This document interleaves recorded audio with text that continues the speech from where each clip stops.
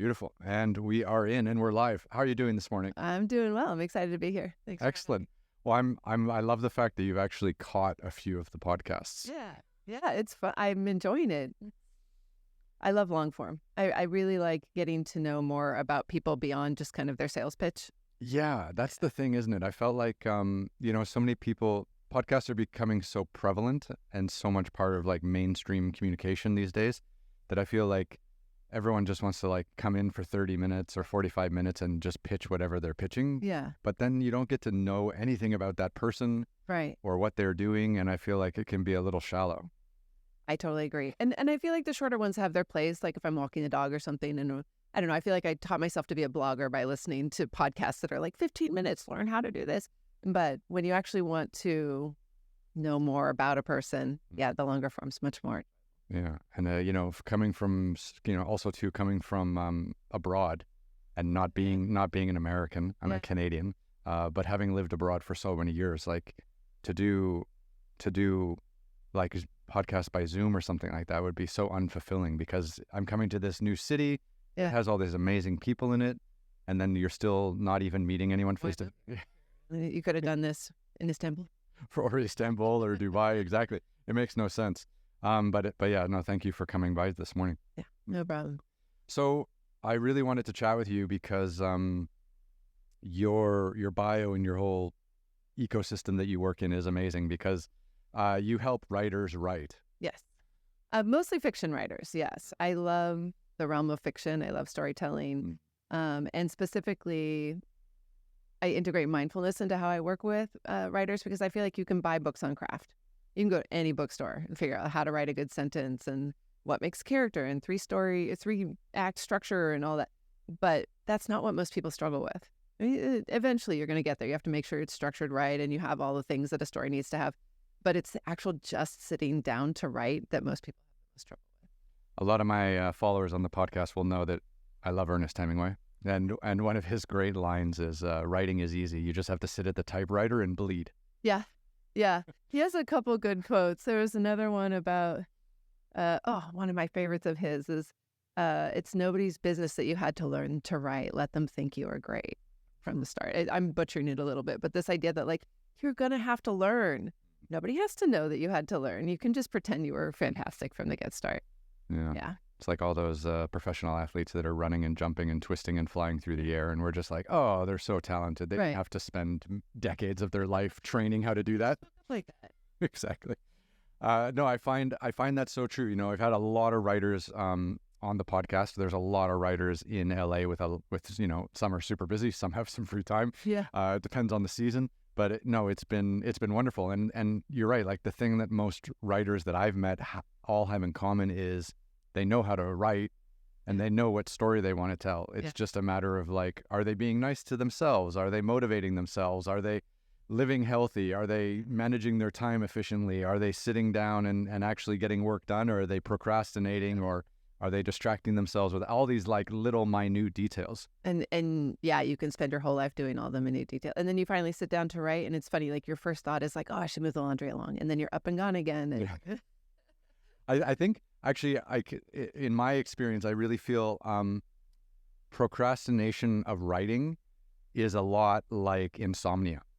Interesting. Because I feel like you have to set yourself up through the day in a certain way in order to sleep well. Yeah. Like you have to take care of what you eat. You have to exercise maybe a little. You have to manage your anxiety. You have to stay away from too many screens within. And like, I really feel like there's someone I was chatting with a few days ago. Not that all the podcasts blur into one, but there was one man I was speaking with who was very into this. He was talking about sleep etiquette. Okay. And he was saying like you really have to prepare to go to sleep and manage your sleeping area, and don't eat in bed, don't watch TV in bed. The bed is for sleeping. You work in bed. Yeah. And I really feel like the writing space of a writer needs to be at a similar level. Have like a similar level of etiquette. Yeah. You can't have screens there, but you'll get distracted. You can't be doing other things. You need. I was just talking about that with a client last week. She was really struggling with the fact that every time she sat down, she would get sucked into doing something else. And what we talked about was actually she had an L-shaped desk. And so what we talked about was like, okay, this is your everything space. Let's set you up over here. And all you have to do is like move your computer over here, and like you don't do anything but write fiction here. Like even if you're just going to check your calendar, you move the computer back over this way. I mean, maybe you light a candle, maybe there's other things that like go into like creating this space, because I think there's some ritual can be really helpful in the same way that sleep, like we brush our teeth, we wash our face. It's kind of cueing our minds into the fact that we're, okay, now is sleep time. Same thing with writing. So I'm all for rituals if they're helpful. I don't think you have to have them, but I think if you're having trouble creating that mind space, sometimes a little bit of ritual can be helpful. I think rituals are super helpful. Like when you think, like I came in, I grew up as an athlete, so I played basketball my whole life and played at the university level, right? And I think like every day we have to go to practice. Okay, some days you just don't want to be there. Yeah, but you go. You go, and you have to find like little tricks to get yourself mentally into it, right? Yeah. And I think rituals, certain smells, like I remember like the smell of the locker room was a trigger. Okay, it's time. Yeah, it's time to start playing basketball. Yeah, because. But I feel like, yeah, like a candle or you know, a coffee or some favorite tea or something that like triggers you to be like, okay, enough bullshit from the outside world. Now it's time to like create my world. Yeah. Well, and another part of that I work on with my clients, and was the total game changer for me, which is why I started bringing in all the mindfulness part, was actually meditating before I write. I'd take 10 minutes and just do a short meditation. And it has become such a part of my routine. It used to be that I would wait for inspiration. Like all the young new writers always do this. They don't write unless they're feeling inspired, or writer's block is a big thing they talk about. But for me, when I decided to get serious about my writing and integrating the mindfulness to it, was such a game changer, because it's training your mind to be like, okay, this is what we're doing right now. And that has become what my routine is, because I do all of my work in one space. I don't have like a separate desk for my creative writing. But I do pause what I'm doing and meditate for 10 minutes before I start writing fiction. And that, to me, that's what cues my brain into like, okay, I'm not going to be answering emails for a while. I turn the phone over. I close out everything except for what I'm actually working on the computer. Then I meditate for 10 minutes and then I'm off and running. And now what I used to just hope and pray for, that like state of flow, that like wonderful time just evaporates and ideas come up out of nowhere, used to be such a rare occurrence, and now that's how I write. And the meditation opens that up for me. Like every time I could write all day if I didn't have to like go pick the kids up from school, or do podcasts, or eat. Yeah, basic things like that. That's wonderful that you found like that routine and that trigger that puts you into that space right away. Because I feel like writing takes a lot of mental power. Like, and I just feel like we're all too distracted all the time, and that just destroys the writing mood. Yes, distraction is a creativity killer. Yeah, and you have to be able to sink into it and play. Yeah. I have one friend here that when he writes, he has like a room where you're not allowed to bring your phone in. There's no Alexa. There's nothing connected. Yeah. And he actually has a laptop that doesn't connect to the internet and has nothing else on it. Yeah. And that's what he writes on. So that when he sits down and if it's 4 hours of nothing or it's 4 hours of everything, it doesn't matter. But he gives those 4 hours to no distraction. Yeah. Yeah. It's funny. Like I feel like you just have to constantly be figuring out all these like little life hacks. Yeah. As you figure out what you want your life to be, you figure out the hacks or that. Yeah. And if you don't have a hack, you're fucked. Yeah, because otherwise you're just swimming around trying to figure out what the hell you're doing. Yeah. It's like, I feel like with the way like society is and the way we're bombarded with advertisements and all these notifications and all this stuff, I feel like we're trying to swim straight in a whirlpool and we're just getting spun around in circles. Yeah. We're trying to deal with 21st century technology with brains that are just not made for it. Like when I've got like 15 text messages, literally 15 different conversations, and I'm like, I can't have 15 conversations at once. I just can't. And my friends get upset. I'm sorry to all my friends. I'm not great at responding to texts. I'm not good on the phone. I'm just not. I like being in person with people. That said, most of my work I do online. Like when I'm working with clients, I work online because it just, very few of them are in LA. Surprisingly enough. I mean, there's a lot of writers in LA, but there are a lot of writers all over. And actually, most of the writers here in LA tend to be screenwriters, and I don't do screenwriting. I do fiction, so it's a little different. So I do spend a lot of time. But even on Zoom, at least it's one-on-one. We're having a conversation, not 15 different text messages pinging at me at one time. My brain's not made to handle it. I don't think anyone's brain is meant to handle that. Yeah. It's just ridiculous how like this technology's kind of been thrown on our lap, and it's like, oh, figure it out and also stay mentally healthy. Yeah. No, it's not great. I feel like it's like with all the like, especially with the text messaging and stuff like that, I feel like it's created like a schizophrenia in me somehow, like where I have to be this kind of person for that conversation. I have to be strong with this conversation. Yeah. I have to be polite and gentle with this conversation. And I forget like who's who, and I just tell someone to fuck off, and it might be the wrong conversation. It's like, sorry, mom. No. Yeah. Yeah. Well, and like with my kids, like if they text, I prioritize them because I'm there for them if they need something. But then sometimes other people text and it's not a priority, and I just never know like which one it is. Yeah. So I mean, how did you get into coaching writers? Well, wait, let's go way back. Where are you from? Okay, where am I from? We'll start at the beginning. I'm from Northern California. I grew up, I lived in the same house all my life. My mom was like the super stable one, but my dad traveled all over the world. So I did get to travel quite a bit. Like I lived in the South Pacific on a small island for a summer when I was 13. Oh, wait. You can't just gloss over that. Oh in the South Pacific, where were you exactly? The Kwajalein Atoll. No one knows it's actually a military base. And my dad was ex-Marine, and he was the airport manager there for like 4 years in early 90s. Oh my God. So you got to live in like this remote little airport in the South Pacific? Basically. Yeah. Which was pretty great. And there was nothing to do. The only thing they had was a scuba club. So we learned to scuba. My dad would, there were no cars. That like island wasn't big enough for cars, but we had bikes, and they had a scuba tank, like refill. You could just swap your tanks out. We put tanks literally on like the back of the bicycle and ride down to the beach and scuba dive after work every day. And I don't know, it was fantastic. Is this like 5 hours out to Hawaii and like 10 hours straight south? It's like from San Francisco to Hawaii, and then that same distance in the same direction again. Oh, so you were really much like really middle of nowhere.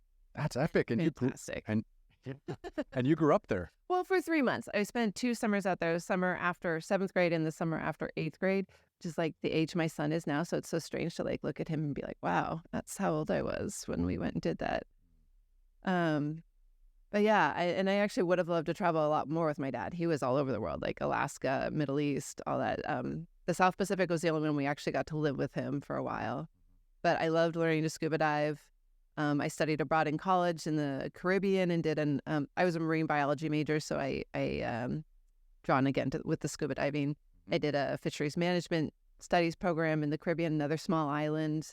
But we did like classes underwater. We would have quizzes underwater with our little slates. They pointed at coral. You had to write down like the Latin name for it.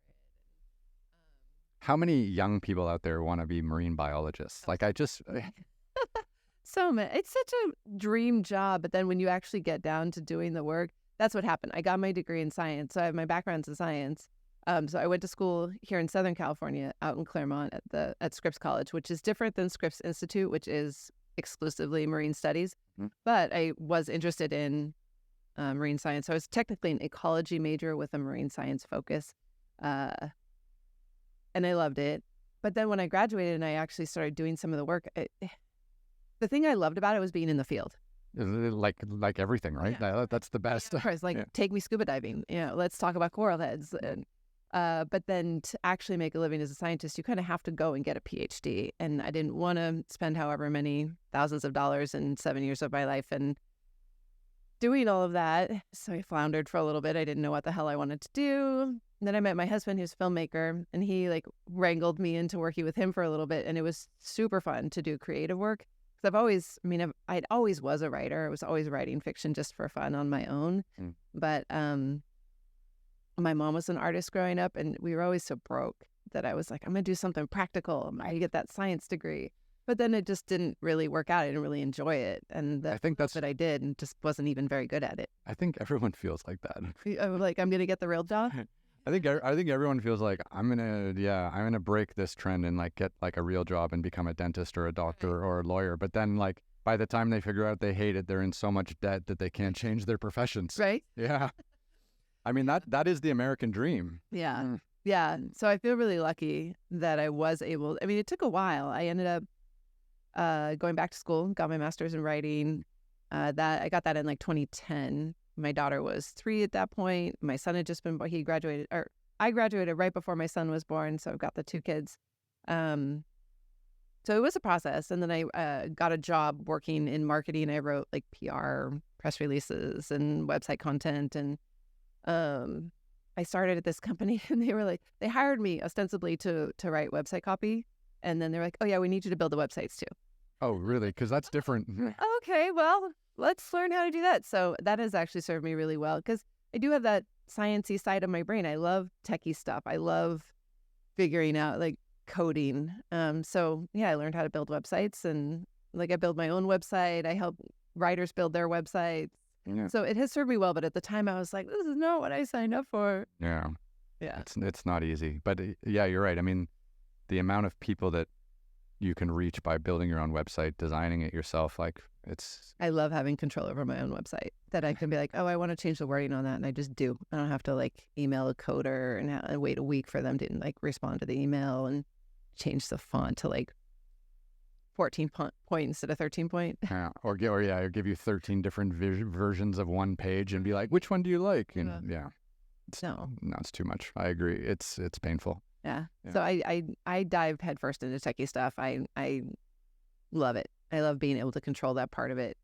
And I also feel like it's moving so fast that if you don't kind of engage in technology, you're going to be so left behind. Oh my God, yes. So you're either going to have to move to the mountains and not do anything, or like pay a lot of money for other people to do stuff that you could do if you just learn it now. It's funny. Also, like your husband is a filmmaker, so I made TV shows all around the world too, right? And we were always we always had to update the cameras, update the technology, and then of course, like it wasn't until maybe 2014 or 15 that drones became kind of mainstream. Yeah. And that totally changed our storytelling and filmmaking. And you see so much of it now in shows. And my husband, every time he's like, that would have been a crane shot. It would have cost like $300,000 to get that shot. Yeah. And now it's like. or a helicopter, right? Yeah. Right, or a helicopter. And now it's like a $600 drone that shoots in 4K. Yeah. Yeah. Yeah. Although I will tell you, as great as all that technology is, I recently I went to Vegas and I went to the Sphere and watched this Postcards from Earth show. Yeah. And it's directed by Darren Aronofsky, the Oscar-nominated director, who did, what did he do? Black Swan, and he's done a lot of movies anyways. But anyways, he did this like Postcard from Earth, which is like a 45-minute show. And they had a 16K camera on a helicopter all over the world, just doing kind of the most breathtaking scenic shots you could ever imagine. And there's a bit of a story in there too, but it's mainly just like, look how beautiful Earth is. And of course, in the Sphere, it's kind of totally immersive. Yeah. Quite spectacular if you get the chance. I would actually love that. If my husband doesn't watch this, I'll surprise him, take him there for a birthday or something. So studied marine biology, but always kind of was writing on the side. Yeah. I mean, you didn't want to go back and do a PhD. I mean, 7 years. I mean, who has that kind of time? Yeah. I didn't have the passion for it. The thing I loved about science was the stories of it. And that's what I started to realize when I started like doing stuff with my husband and talking more about narratives, is that I always loved the stories of science, the exploration, the like get out into the wilderness and explore and figure things out.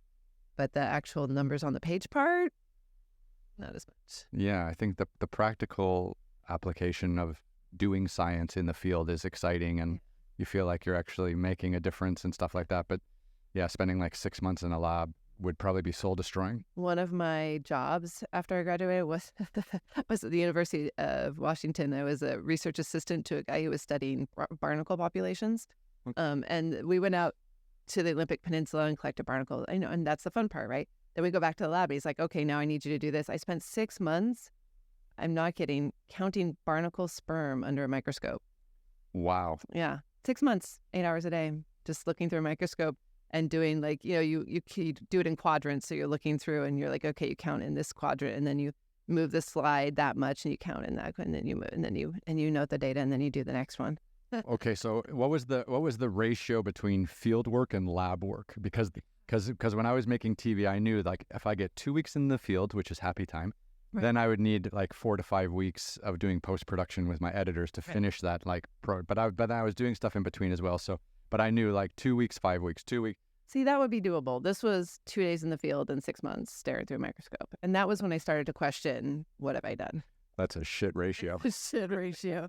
I had also just quitted smoking, and moving to Seattle was not the best move in the long run. Like, there were a lot of things that were going on in my life that I had kind of made the wrong turn, but that was when I started to realize, like, this probably isn't the best fit for me.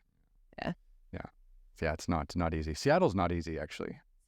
See, this is the thing. I went up in July. Seattle in the summertime is like America's best kept secret. If you have not been, you should go. It's gorgeous. The sun comes up at like 4 a.m. It goes down at 11 at night. You're surrounded by just the most amazing forests and lakes and mountains. Oh, it's gorgeous. And I was like, I'm moving here.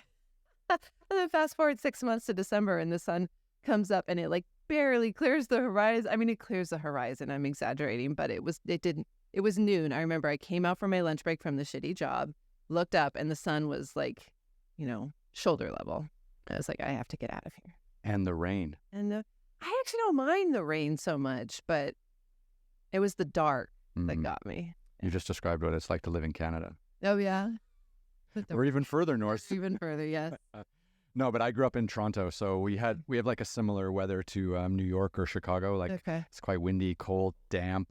We're near the Great Lakes, so we get like a lot of crazy snowstorms. Although this winter, my brother, who still lives there, he was like, he didn't have to clear his driveway once. Yeah, and that's Toronto. Rain in LA in April. Yeah, which is crazy. Apparently, it is. Yeah, it's totally nuts. We used to get like a day or two of rain in January, and that was it. Because this is my first winter in LA, and it's rained a lot, and everyone's talking about it, and I'm just like, well, it feels fine. Yeah. It's just weather. It's just weather. I know, and I don't mind the rain, but LA's not equipped for it. Just not set up for rain. No, I when I go out for a walk in the rain, I quite like it. Like, just put on a jacket and go for a little walk, enjoy the fresh air. Like, the grass smells different. Everything smells nice when it's raining, and people are looking at me like I'm insane. Yeah.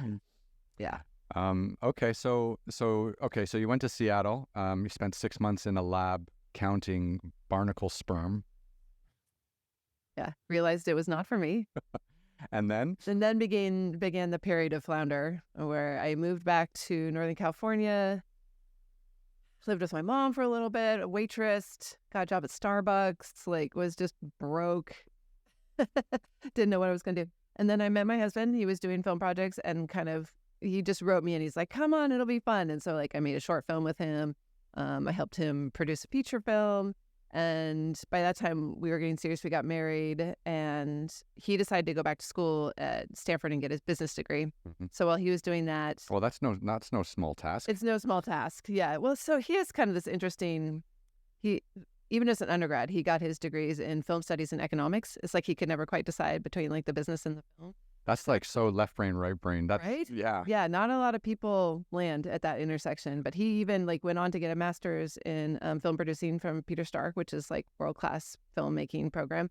And then kind of on a whim was like, I'm going to go to business school at Stanford. And he got in. And so, again, kind of found himself back at that intersection, which when we moved back down to LA, just because if you're in the film business, you kind of got to be down here, has really served him well. Like, he worked at NBC Universal for a little while, and then quit to do a couple indie films, and then he's done some consulting. Like, he has such a interesting little niche that not a lot of people have. That's really powerful. Obviously not to drag this conversation into what your husband does, but it's very strange that you find someone who's creative enough to make their own films, and then also, economically, yeah, because those two skills are almost never aligned. Yeah. Well, and he is so good with story. He's always my first read, because I feel like film is, a lot of times when you're talking about literature, people can get really focused on the writing itself and the prose, the diction, all that kind of stuff, and lose track of the plot.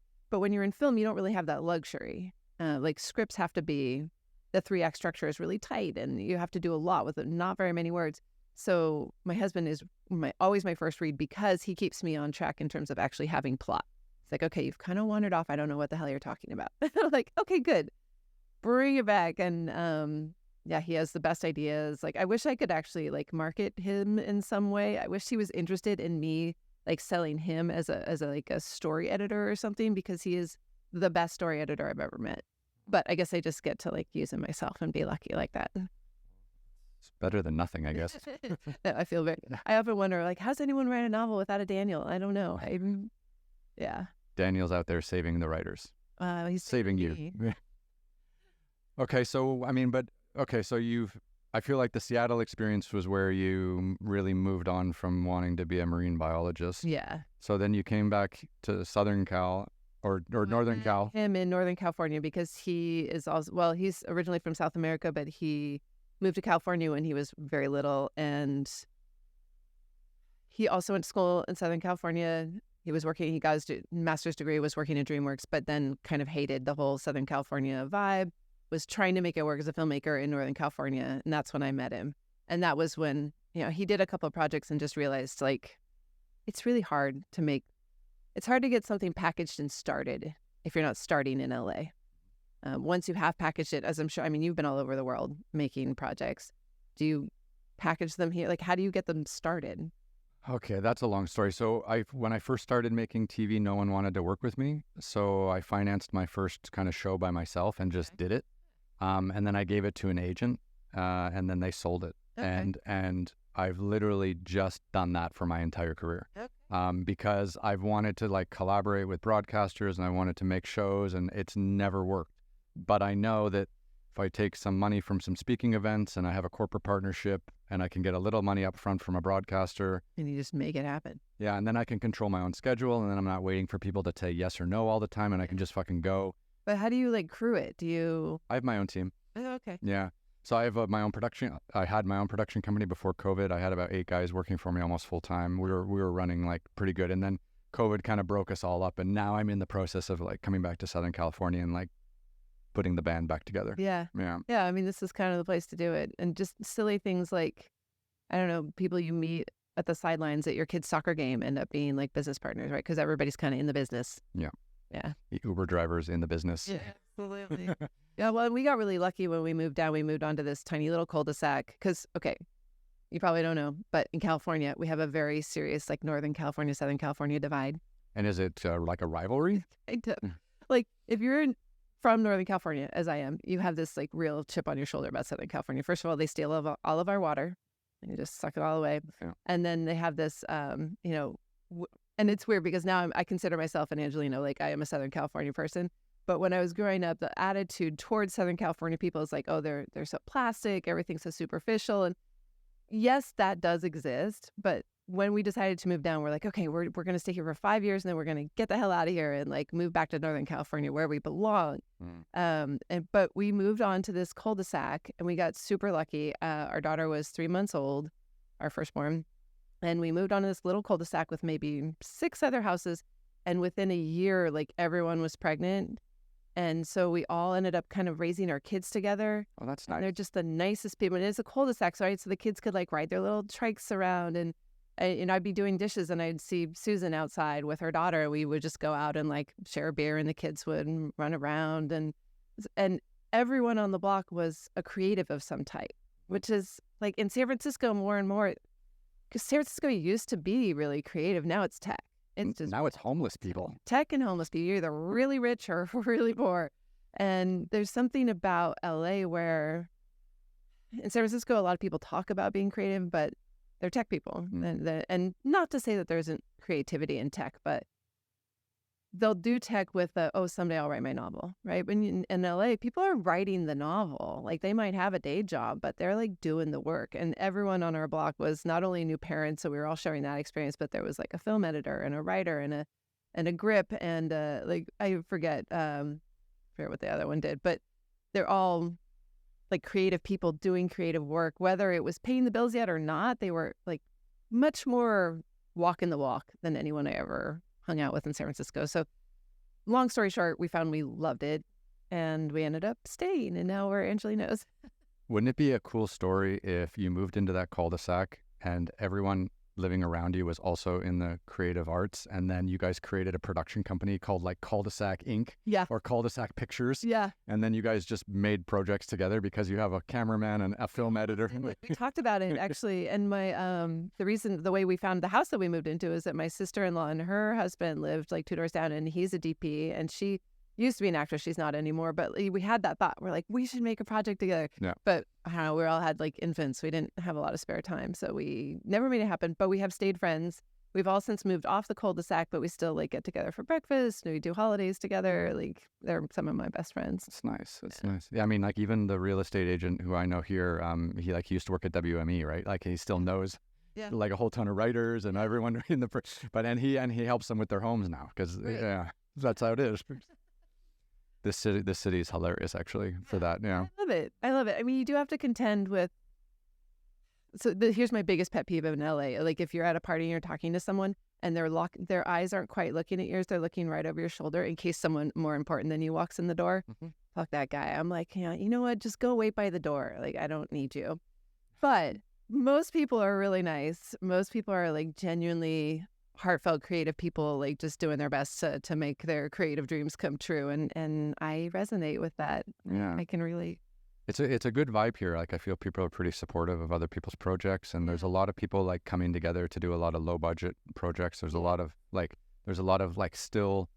I was really worried that would like disappear maybe after COVID, but there's a lot of people who are still doing like guerrilla filmmaking and this kind of thing in there. Well, the technology is so much more accessible now. I told you I was listening to some of your earlier podcasts, and one of them you were talking about the democratization of technology and how it has just changed creative work in general, that like you can shoot a movie on your iPhone now and it looks fantastic. Can edit it on my laptop. Like I'm not an editor, but one could. Well, you just repackaged what I said much more elegantly. No, it's true. Like, yeah, you can do stuff on your phone now, and you can even edit on your phone. Yeah. Which is crazy. Yeah. I hate doing things on my phone. It's too tiny. I need a big screen. Okay, so your husband ropes you into a bunch of projects, but then how do you decide like filmmaking's not for you and you want to get more into like fictional books and writing kind of long form stuff? Well, why I didn't stay in film was pretty straightforward. Just that like we realized, so we had some friends who were also like creative people who got married, and then found that they really liked doing creative work together, but they weren't a great couple. And so they ended up getting divorced. And we felt very fortunate that like a few years in, we turned to each other and we're like, I really love you and I don't want to work with you anymore. Because work can be stressful. And we wanted to be able to like cheerlead for each other, not have to be like, hey, why didn't you send that email? Or like, how come that, there's tension when you're working with people. And we didn't want to have to bring that tension into our home, into our bedroom, into like, brushing your teeth and arguing about work stuff. Like, just didn't want to do that anymore. That's a smart piece of advice, I think, for everyone out there. Good boundaries are important. And it's different for everyone. Some people do really well as couples and creatives together, but we just found that we were a happier couple when we had a little bit of division. We both really like doing creative work. He loves the film. And I just realized that So what happened was when I was pregnant with my daughter and my husband was finishing up his degree at Stanford, I kind of was unemployable. I applied for jobs, but I was visibly pregnant and we knew we were leaving town. Like no one wanted to hire us. And so with nothing else to do, I found I was just writing short stories all day. And then I had this moment of like, people do this. Like writing is actually a career. And that was when I first had the thought of like, I think maybe I'll go back to school. And then there's the debate. The ongoing debate in the writing world is like, do you need an MFA? Do you need a master's in writing? You really don't.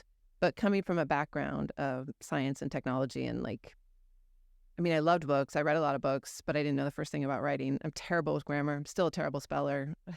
They have computers for that now. Computers for that. I have a really good editor.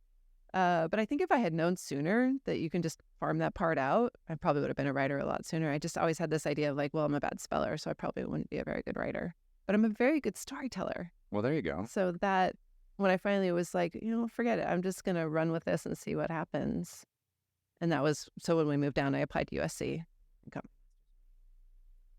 And then when did you decide to kind of not only write yourself, but also turn around and help other people? Right. Okay, so because that's a huge leap, right? Like I don't mean to interrupt you, but like writing for yourself is very singular, and you control the whole process, and you're creating your story, and you're in it, right? Yeah. And then to now break that concentration and decide to help someone else with their career, who doesn't have the habits and who doesn't have the discipline that you have, I would find that I'm pretty selfish actually. I would find that incredibly frustrating. Yeah, well, I'm happy to say I don't. I really do. It is a totally different practice. Working with, like, being able to teach writing, being able to write is one thing. Being able to explain why something works or why it doesn't is a whole other skill set. But I think because of my background of working with my husband and us like giving each other feedback on things, it was something that I've enjoyed doing. And so when my first book came out, and it came out in last week of February or March of 2020. Oh, that was a strange time. Which was a weird time. Yeah. So it got great reviews, but not a lot of press. Like the reviews came out, but nobody read them because, there was this other thing happening in the world. And that was a very weird time. But because it was well reviewed and well received, people started asking me to help with their work. And so I was doing a little bit of coaching I've always been doing freelance since I quit the marketing job full time. Well, actually, it was the marketing job, and then I had a tech job for a while at an engineering company. I was a technical writer. But since I stopped working full time, I was writing, I was helping people with their writing, and I was doing a little bit of freelance work. And then in 2022, what happened was ChatGPT came on the scene. 22 already? Oh my God, time is flying. It's already like we're already halfway through April. Can't even believe it. Yeah. So what happened is I started using ChatGPT to do my freelance work. And I was like, it doesn't matter. Time before they realized they don't have to pay me hundreds of dollars and the computer will just spit it out for them for free. So writing on the wall, I said, I'm going to just pivot fully into coaching because I like coaching. I like working with writers.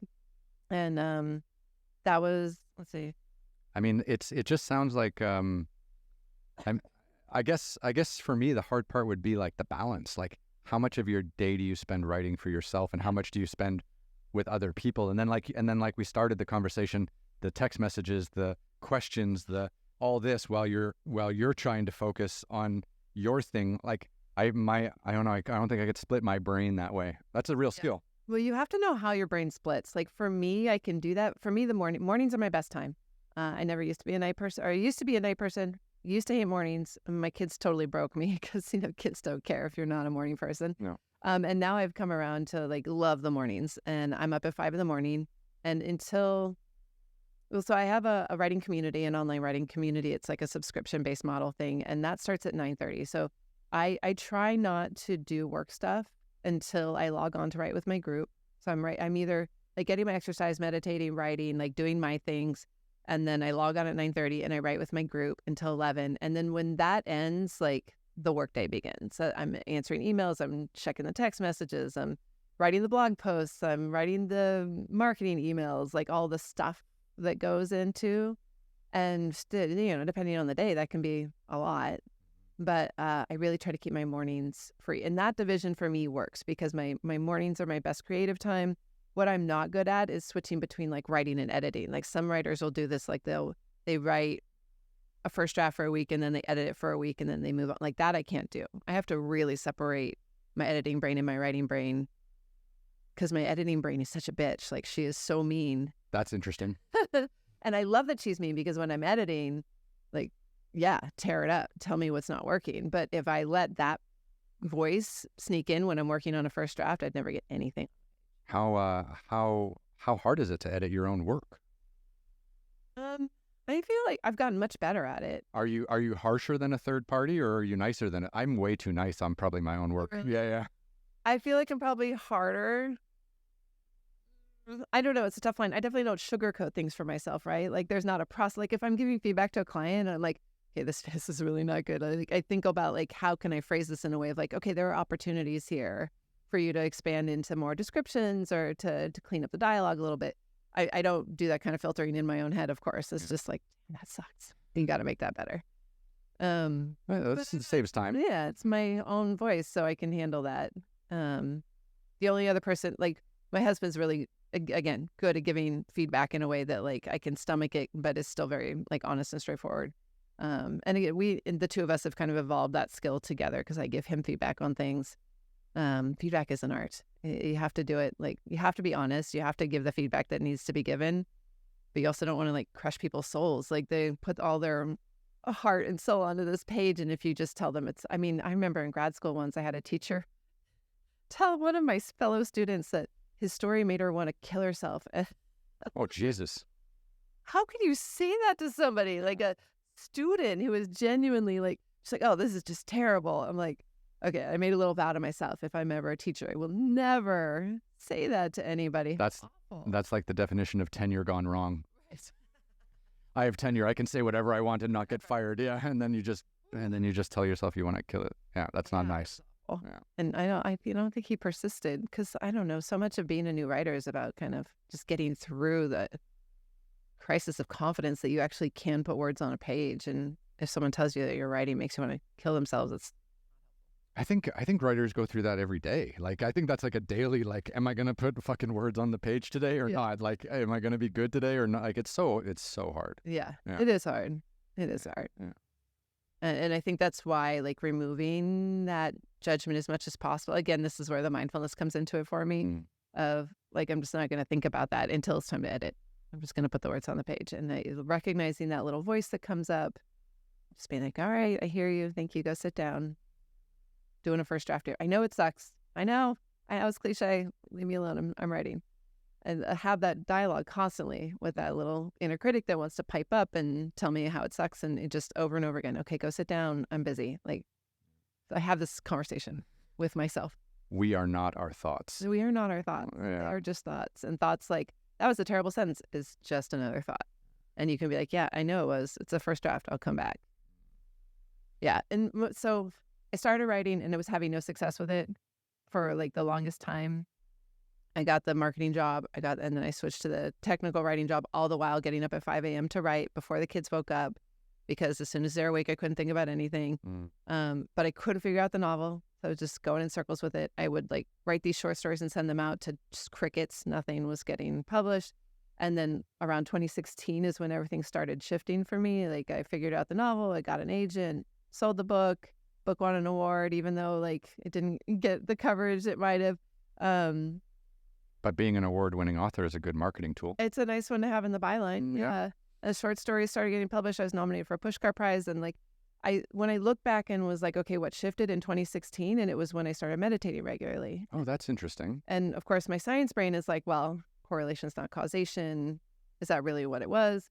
But when I started really digging into it, I did find like very specific things that mindfulness has taught me, that when I could pick them apart and figure out like, how would I teach someone this, came to understand it much better. I'm working on a book right now. I'm calling it Scribbling Buddha, 6 Ways Mindfulness Can Make You a Happier, More Productive Writer. That's my working title. That's fantastic. Yeah. Yeah. So basically like breaking down these things that I learned when I like retroactively or retrospectively figured out like, oh, maybe mindfulness really did change more. I mean, it definitely helped me in my personal life, but when I really looked at like how my writing life changed, it all circled around things that I had subconsciously absorbed from mindfulness. So how many years were you kind of banging your head against the wall trying to get that novel out and trying to also like, figure it all out before 2016 when it actually clicked?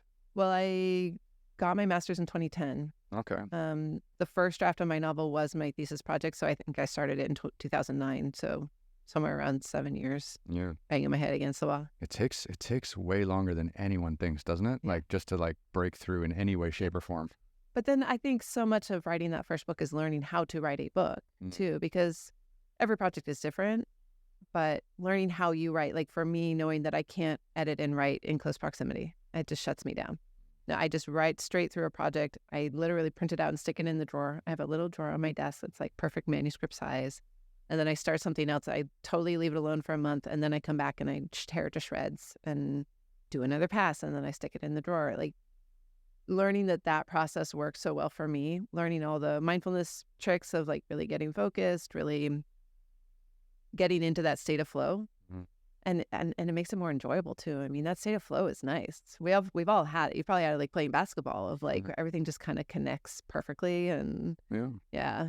Well, I mean, I've written 4 books about some of my adventures as well. So I've been there, but they're not like, it's just kind of like, and these days we did this and got stuck here, and it's more of like a travel log than a work of fiction or true nonfiction. But they're light and you can read them in an hour or two and and enjoy the adventure that we had, because like some of them are like about riding motorcycles around Brazil or India, which are all things that we had fun doing. Yeah, that's wild. So it's so now that you've kind of got, what was it like from 2016 to 2020 with the accolades, like with the with that starting to figure things out? Yeah. It's just more fun. I don't know. I actually feel like I kind of figured out what I was doing. I mean, the book didn't come out till 2020. So that was when then I started doing more coaching. And that was when I started realizing more of when I started working with other writers is when I had to kind of turn around and be like, well, what worked for me, and figuring out the mindfulness part of it. So, and that was actually when I decided to double down on the mindfulness part. And I actually went and got a 2-year teacher certification program out of UC Berkeley, very neuroscience based. But and it's funny when you talk about mindfulness, everyone kind of comes to this idea of mindfulness with some kind of preconceived notion. Some people think of it like I do, of more of a neuroscience, mind hacking kind of. I mean, I do appreciate the Buddhist background of it, and I have actually studied the Buddhism quite a bit. But I always, in my coaching, keep it very secular. It's very much like mind hacking. What are your thoughts doing? Are they helping you? Are they not? How can you steer them towards helpful things? But some people picture, my hair in long braids and flowers, and I'm all sitting in perfect lotus position. And if that's what works for folks, I have got no problem with it. I think there's so much room for all kinds of meditation, but the particular kind that I teach is really more about the understanding your own mind and kind of becoming the boss of your own mind instead of letting it run you in circles. I think that's a hugely powerful statement. Yeah, just trying to get some control over your day again, right? Yeah. It's like you're creating mindful hacks specifically for creative writers. Yeah, creative people in general. I mean, my mom's a sculptor now. She was a painter when I was growing up. She's a sculptor now. And she says, I read all your newsletters. I know they're for writers, but they're really helpful. Yeah. I mean, anyone who has to sit and focus for a few hours to do any kind of creative process can use all of the tricks, that you've had to, sweat through and struggle to learn, right? And I think that's the thing is you are mindful enough to do the work, and now you can share it with others. Yeah. And I like sharing it with others. I also feel like because mindfulness is so good for you in so many ways that every time I get a writer meditating, it's good for them beyond just the writing. Yeah. Because writers, we struggle. I think writers have a large instance of mental health issues. Mental health issues, imposter syndrome. And you know what too? I think if you can figure out some hacks to become a better writer, for example, I think that'll also lead to you maybe getting more confidence there, which people will figure out. And then also too, it'll probably help you a little bit in your personal life because you'll be less stressed out and less anxious about your writing. And then, then you'll start to, it could change everything. It does change everything. Yeah. And it's not even, everything you said is true. Yes. And the practices will kind of sneak into the other parts of your life too. If you're noticing that inner critic voice pop up all the time, you will also notice it in other areas of your life. I know a lot of women have trouble with body image issues, right? And so they look in the mirror and there's a little voice that's oh, you're so fat, or you're oh, your thighs are too big, or what. If you can recognize that voice and be I'm going to let that one go, and maybe not let it dominate your whole life, you can start to recognize those things. Or when your interactions with your roommates or your spouse or whoever, they say something and your first response is maybe not the kindest response, but you take that fraction of a second to pause and be is that really what I want to say right now? Mm-hmm. And you can choose another path, and your life just becomes more peaceful because you're not picking fights with your spouse. I mean, mindfulness can change so many things in our lives without us even really realizing.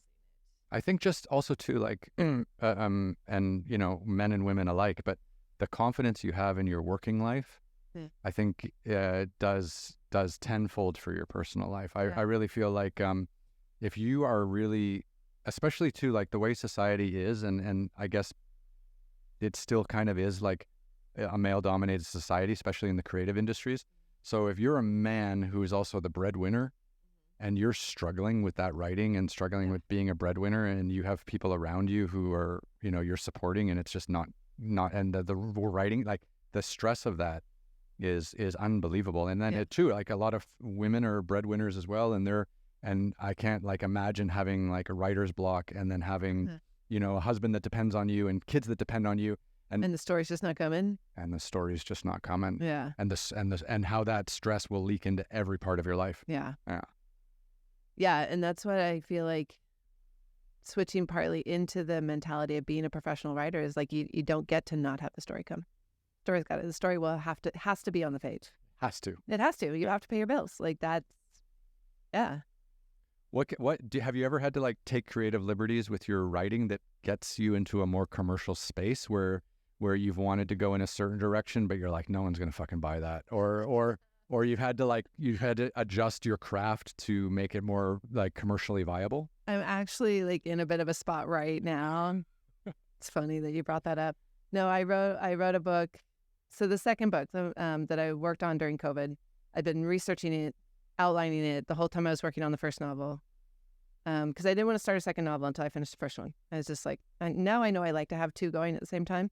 But back then, well, with your editing process, it seems almost natural. Like exactly. Yeah. Like once I got through the first draft, like really got through a first draft, and I put it in the drawer, I started outlining the second book, and it had the idea ages ago, and I've been kind of toying with it and researching it, outlining it, and then in 2020 I started actually writing it. I did a NaNoWriMo. Do you know NaNoWriMo? I don't know that. It's a National Novel Writing Month. It's this challenge every November.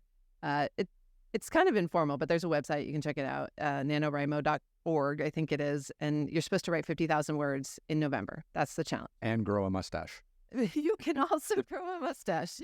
Because that's the men's prostate Movember. You don't have time to shave anyway because you're writing 50,000 words, so you might as well do both. Yeah. But yeah, so I wrote the first 50,000 words during November, I think, of 2020. And then I finished it. I mean, it went so much faster just because, like I said, you kind of like first novel, you're figuring out what you're doing. Now I know what I'm doing. But it's such an epic story, and it's too long. I'm really struggling with it. I don't know. I sent it to my publisher, which they don't want it, which is totally fine. I actually wasn't really expecting them to want it because they tend to. The fact that they published my first book was kind of a one-off anyway, because they tend to do more like romance and cozy mysteries, which is like Murder, She Wrote style like no blood kind of mysteries. But you're hacking people apart in basements or what? No, well, there is one. I mean, that's the thing, is the story. I love it because it kind of is. So it's like a love story, has a little bit of magic. There is like one part of it that gets really dark, but so it's kind of all over the place in terms of genre. And it's not finding its home. And so now I'm like, well, I put all this work. It's way too long. It's 140,000 words, which is like your average novel is like 85,000 words, 90,000 words. Yeah, there's nothing wrong with having a second part. This is what I'm thinking is like, now I'm like, okay, I don't want to just abandon it. So maybe I need to just turn into what is most marketable. I've been reading a ton of fantasy novels lately, and romantasy is like this new, like it's not a new genre, but it's kind of having like a moment. And I'm like, there's already romance. There's already a little bit of like magic in it. Like maybe I just make a romantasy trilogy and just like write into what the market is wanting right now. Well, J.K. Rowling isn't writing anything new in the romantic fantasy space these days, so there's an opening. Yeah, so I can jump into that. So I don't know. When I had the idea of like maybe it's a romantasy trilogy, I got a little excited about it again, because I've just been cranky about it for like 2 months of like, I don't know what to do with this thing. I love it. I love the story. The basic premise is it's a couple who fall under a spell in the 1700s where they won't age, they're immortal until they decide to have a baby. And then they become immortal. Well, then they become mortal. Well, once they have the baby, yes, then they become mortal. And so there's a lot of things that go into like their decisions to have kids or not have kids, but they basically like have this 300-year adventure all around the world, and then it ends up back here in Los Angeles. I don't know. I just loved it. I had so much fun writing it and researching it. And when you have immortal characters, you can have them do things that like other characters maybe wouldn't dare to. So you can, I wrote a train robbery. I've always wanted to write a train robbery. I think if you're immortal, like, do you remember Stephanie Meyer's and the Twilight series? I always found it very interesting that the vampires in that movie were immortal, right? And then they had lived for so long that they had built up so much wealth, right? Right. And that was just kind of like this underpinning of that whole experience. Like they all dressed well, they all had beautiful homes, they all had this like super educated, piano. Yeah. Generational wealth. And it's wise because I've been alive for 300 years. Like we figured out how to compound interest or Well, and I have like you get to play with that with characters, but then there's also the challenge of like you have to reinvent yourself. And when you're in the 1700s, you just walk 20 miles and give them a fake name. No big deal. 21st century, it's much harder, but you can stay in one place longer because people don't age quite as quickly. Like in the 1700s, if you're 50 and you look 20, you're a witch and they burn you. If you're 50 and you're still alive, you're a witch and they'll burn you. Yeah. But in modern day Los Angeles, if you're 50 and you look 20, it's like, oh, you're an actor. Yes, Like, exactly. no big deal. Yeah. Right? Yeah. So it was really fun to play around with all those little things of like, how do they get new driver's license? How do they, in the modern day, how would one be immortal, and would it be exhausting? Like at a certain point, it'd be exhausting to have to deal with that all the time. You'd need a good fixer for like the next fake passport, the next fake driver's license, and the whole thing, because you'd have to constly be changing your identity, wouldn't you? Yeah. Fun challenges, right? I had so much fun writing it. More like a problem solver. Yeah.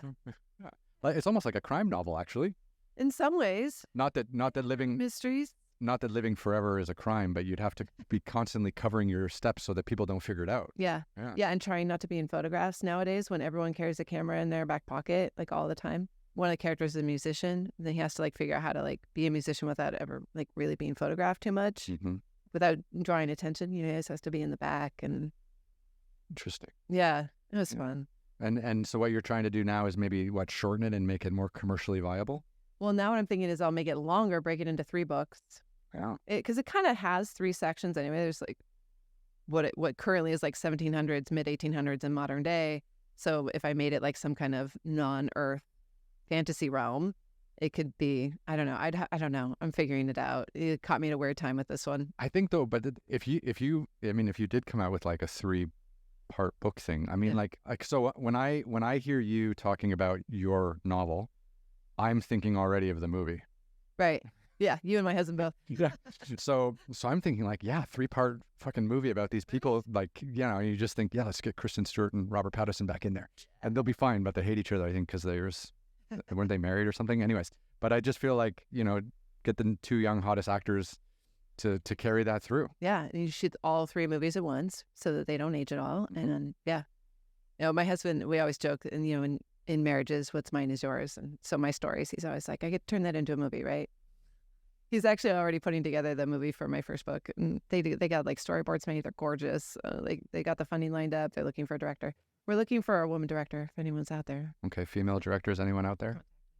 I know some very talented female producers that put together stuff and package stuff. I've had them on the show actually, so I can introduce you offline if you'd like. Yeah. That'd be great. Yeah, I mean, it's great like having this studio here where we are now, because at some stage every week someone has to come through Beverly Hills or West Hollywood, so everyone just stops in for an hour and a half or 2 and catches up. So it's been really wonderful meeting a lot of really talented people. Yeah, I think it's So I mean, again, so what have been the highlights really of I want to go back to your coaching, and then maybe we'll come back to your actual writing. Like, I guess the coaching and the teaching really is like a separate function of the brain. In many ways, has almost nothing to do with your actual writing, except for the fact that you know how to write now. But I mean, are you really helping people put together like their first novels? Are you working with established people who have like come into like mid-career ruts? Like, I'm just curious like what your clientele is like, and how you're able to kind of work through their process as well. Yeah, helping people figure out their own process is a big part of it. Mm-hmm. I definitely want to come back to the writing, because my 3rd book, or it might be the 5th if this is the trilogy, but I want to ask you about it. So remind me, we're going to come back to it. Has some adventure sports aspects to it. Oh, I can help with that. Yeah, for sure. But yeah, helping people find out their process is a big part of it. Whether it's, most of my clients are writing their first novel, but I have one client who he's putting together, he's a science writer for like National Geographic and BBC, and he does some great bylines, but he wants to do a full-length project. And what he has found is that the sticking with a project past, however, like 2,000 words or whatever a BBC report would be, he kind of loses steam for it. And so we're working together to help him outline the whole thing and try to think of it as lots of little 2,000 word pieces, not a whole book. I mean, I always tell people, like, never ever sit down and try to write a book. Can you imagine anything more daunting of like, I'm going to write a novel? Sit down and you like write a few sentences and you check the word count and you're like, 12 words. Only 80,600 and however many more to go, right? No, that was a terrible idea. I always try to, I mean, unless someone has a process that they're already pretty ingrained into, what I suggest for writers is that you try to just write like 500 words a day or an hour a day, like whatever that seems like a manageable chunk for you. Sit down, write that much of it, and then go do something else. Come back, do it again. And once you have a draft, that's when you can bring in all the analytical parts of it. Like if it's fiction, then start looking, okay, do you have like a basic 3-act structure, or are you kind of missing a climax? Or are you kind of missing, are there beats that are missing that you need to put in there? Are there characters maybe that are missing? Because sometimes what happens is people will write all the way through and, technically they have a book. It's 80 to 90,000 words, but it doesn't feel like a real novel. And that's when you go in and look at, okay, why? And what's missing? And what do you need to edit or adjust? Is it the actual prose feel kind of sophomoric? Do you need to use more like bigger words? Is that what you're going for? I don't think bigger words are necessarily better writing, but if that's like the style that they're going for, then yeah, buffing up the actual writing. But I find more often than not, it's structure and character motivation. A really common mistake for writers is they create an outline and then they get to a point in the story where they need the character to turn right, but the character that they have created would turn left, and they make them turn right anyway, and then the story doesn't feel right. It's like everyone knows that character would turn left. I mean, it's not a great example, but you see what I'm saying. Yeah, I feel like sometimes you can read a script or read a novel and be like, that character needs some like external pressure on top of him to be making, or him or her to be making those decisions, right? Yeah. And sometimes like that's where you're like, oh, we need another character to be exactly. to be moving them around, because if they're making their own decisions but it's not free will, like what's happening there? Like I feel like a lot of these like little situations of why people do things, or what external pressures are coming into people's lives, or what's going on, and some of those things aren't fleshed out enough. Yeah. The character's desire, it all has to start with what do they want and why do they want it, and then the external pressures. And that's another thing that I think new writers often struggle with, particularly women. They're not hard enough on their characters. They're like, well, I have a client right now, she's writing a piece where she has this character who keeps blacking out, and she kind of comes to in weird places. But like the worst thing that has happened is that she forgot to feed her dog. Oh, we can go. That's There's so much more you could do with this. Yeah. I'm like, what if she like wakes up and standing at the kitchen and the stove's on fire? Like, she tried to cook something.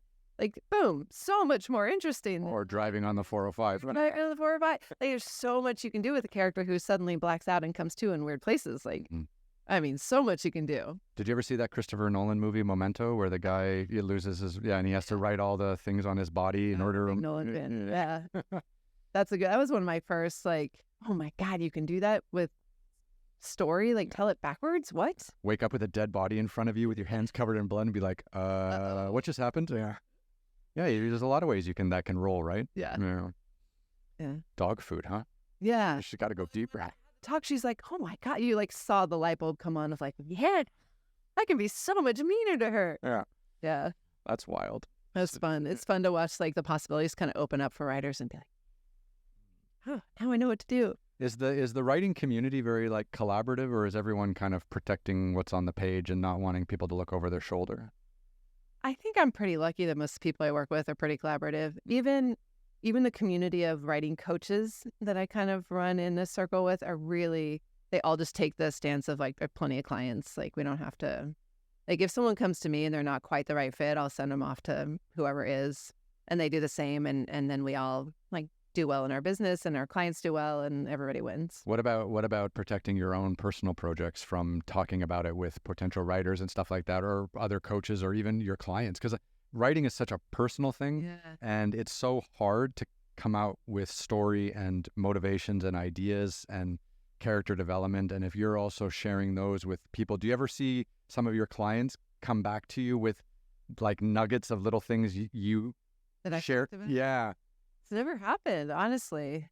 I'm just curious because I just feel like people who are in a creative rut or struggling with something, and then you're coming in to kind of unlock that with maybe some personal experience, and maybe they're borrowing or I don't know how that would even work. Yeah, I mean, mostly I try to pull from stuff that's I don't talk about work until I'm through first draft. So at that point, I feel like if they want to try and beat me to a finished draft, like, bring it. it's a lot of work to figure out a story. Yeah. And once I'm through a first draft and I've figured out the story, like that is the hardest part for me. And I feel like I'm not that far off from like being done with it, at least at this point. Like I wouldn't have known that when I was working on the first book. But at this point, I pretty much don't talk about it until I'm done with the first draft. And then at that point, I feel like, yeah, they're not going to be able to catch up. If they want to tell their own version of it, yeah, I can't really stop them. You can't copyright an idea, but it's never come up. Okay, that's good. Yeah. And how many people do you think you can coach at one time before feeling overwhelmed or before it starts to hurt your own writing? Yeah, that's a good question. I'm actually kind of figuring that out right now. I have 7 clients right now, private clients, and one of them I meet with every week. One of them I meet with every other week, and the others are once a month. So like the once a month clients, they send me 20 pages. They all send me 20 pages before we meet. And so the reading is what becomes, I have to make sure I make enough time because I put a lot of energy into like reading this stuff. I'm doing notes on it. I read it through and then I read it through again and I do the notes and then we meet. So that's really the limiting factor of like how much time do I spend reading. And I'm starting to notice the creative creep a little bit. Oh. Like I have 2 clients who have their main character's names start with a D, and I'm like, Deirdre, Diana. Like I keep like, I have to be really careful before I hop on a call with them to kind of review character names, make sure like I'm not advising them thinking of another story. Right? Yeah, because you're reading 20 pages from 7 different people every couple of weeks, right? Like, exactly. Yeah, you can easily lose track of whose is whose. Yeah. So I try to read the pages pretty close to when I meet with them. I make a lot of notes, and then I always review this before I hop on with them. But I don't think I'd want to do much more than 7 because it really would start to get confusing. Yeah, actually, imagine if you're helping like 30 writers at the same time, you'd lose your mind. Yeah, I've done workshops with more people. Even those I keep to like 6. But yeah, 30 would be crazy. Yeah, I could do it. No, I'd lose my mind with even 2. Yeah, I really struggle. Chatting with people through the creative process who can't get there on their own. Yeah. Like you get frustrated with them not figuring it out? A little bit, and also too, like I feel because I started making TV in 2010, and I think like I've worked with pretty much all the same people since then. I've been really lucky. Yeah. So we started off doing like really hardcore adventure kind of documentary television shows, like 6 episodes, 8 episodes, 10 episodes, whatever. And we started off really kind of guerrilla style, like no money and everything like that. And then we started getting good at it. But then we also started doing some commercial work in between. So we always had like enough to kind of keep everyone together and keep everyone focused and not taking too many other jobs in between, which is a real problem because they liked working with me. I liked working with them. And then of course we were doing stuff that most other people weren't doing, like climbing 25,000 foot mountains in Argentina, all the fun stuff.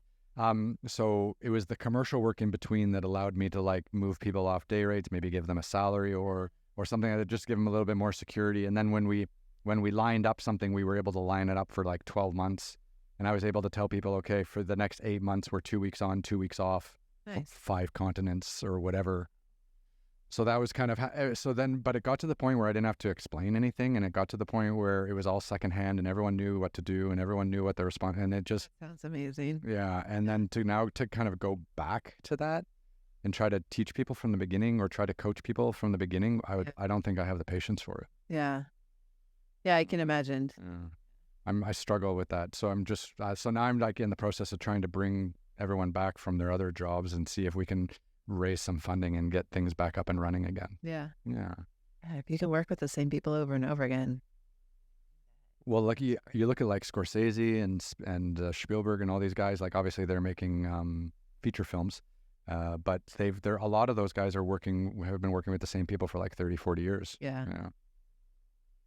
It's hard to find good people in the film industry. I feel like just watching like my husband going through productions, and there are a lot of flaky people. There are a lot of difficult people. There's a lot of ego. And I think if you can find good people to work with, like you hang on to them. Yeah, I think so too. I think it's hard. I mean, I really think that my sporting career through the years, because I started when I was like 6 and I finished when I was 22, like that idea of team ends up being really important. And like, okay, I'm also the host, I produce, I direct it. Yeah, but I'm also carrying tripods, carrying bags. Yeah. The guys are busy shooting over here. I'm going to help them here. Like, It's like an all for one, one for all kind of thing. And no one thinks like that in this town. No, that's true. I mean, at least in my limited experience, that seems true. Yeah, it's pretty tough, and it's very hierarchical, and everyone seems to like to put you in your place, which I feel is the worst thing you can do when you're building a team. Yeah. Yeah, to step on top of people and be like, I'm up here. Exactly. Get me a coffee. The coffee thing is ridiculous. I have one of the people who worked for me for like 5 or 6 years. Like he started off here working in production companies, and like he came out of NYU. Yeah. You know, really good grades, really great projects, very creative. And then for his first year in LA, did nothing but get coffee for the first. Yeah, it's lame. Can't handle that either. That bothers me. If you want to find out if someone's good, don't ask them about coffee. Get them editing right away or something like that, right? Yeah, put them in the room. Yeah. At least have a conversation with them and see where they want to be. Yeah. Okay, so back to your books, back to your current work. Right. Yeah, extreme sports. Yeah. Okay, so the third book that I'm working on, maybe number 5, depending on the trilogy thing. So the basic pitch is that it's a woman who's running an ultramarathon, 100 miles. I love it. Yeah, I'm fascinated with extreme sports. Like, I'm definitely not an extreme athlete, but there's just like the mental strength that it takes to do anything like that is just like, I want to know more about it. The trick is your BBC guy. Don't worry about 100,000 words. Don't worry about 100 miles. Break it down. 1 mile at a time. So I have a friend of mine who runs marathons. Yeah. So marathons are 28.5 miles or whatever they are. And and he breaks it down into 5-mile chunks. Okay. So he only worries about the next 5 miles. So he has this like watch, it splits, and he's just watching his 5-mile time. Oh, that's and then sometimes he even forgets if it's the third 5 mile but obviously there's signs and stuff. But right. But it takes him out of his own head. Yeah. Ooh, I like that. I might try and so the woman she's running an ultramarathon, and the story is that she has been having an affair, and she's caught in the affair the night before the race. And so she has like 100 miles of running to like think about what she's done.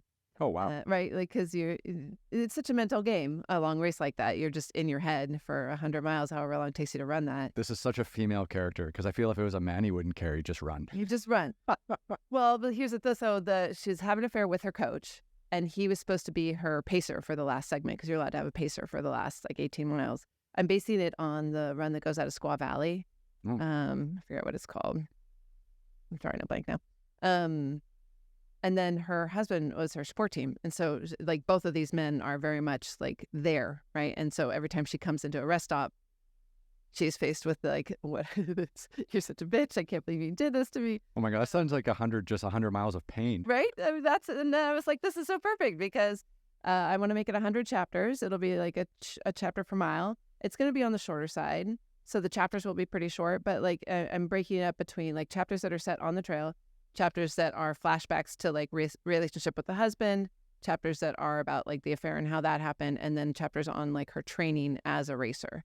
And it's been so fun to like dig into the world of extreme sports a little bit. And I actually went and like I got a press pass to follow along with the race, not last year, but the year before. I like camped out and like went to all the events and stuff. But did you talk to the runners? I have talked to like former runners. I didn't get to talk to people like before the race. I didn't want to like distract anybody. But some of them do live here in Los Angeles. So I figured as I get closer to a finished draft, I'll probably reach out and see if they'd like come talk with me more about it. Mm-hmm. But just as an aside, sorry, I do know one man here in LA who ran an ultramarathon in the Sahara Desert a few years ago. Yeah. That's early. And I did a podcast with him, and we got into the whole mental side of it. Okay. I'll send you the link after, and I can even introduce you to him. He's a super sweet man. Oh, that would be great. Yeah. Yeah, because a lot of the stuff I want to make sure I get right is the physical details of like, because I'm not really, amongst my rider friends, I'm a runner.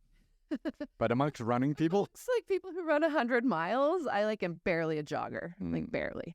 And so I have dabbled in it, and I do feel like that the mindfulness practice can kind of come into that too, because I think because it's such a mental game of being able to recognize your own thoughts as you're running, being able to like acknowledge pain without giving into pain. I read this crazy study about how they have studied the pain thresholds or pain tolerances of ultra runners and things, and like by making them sit in ice baths, and they can sit like 5 times longer in an ice bath than a normal human, like, people who don't run ultra marathons. And that kind of mental toughness is fascinating to me.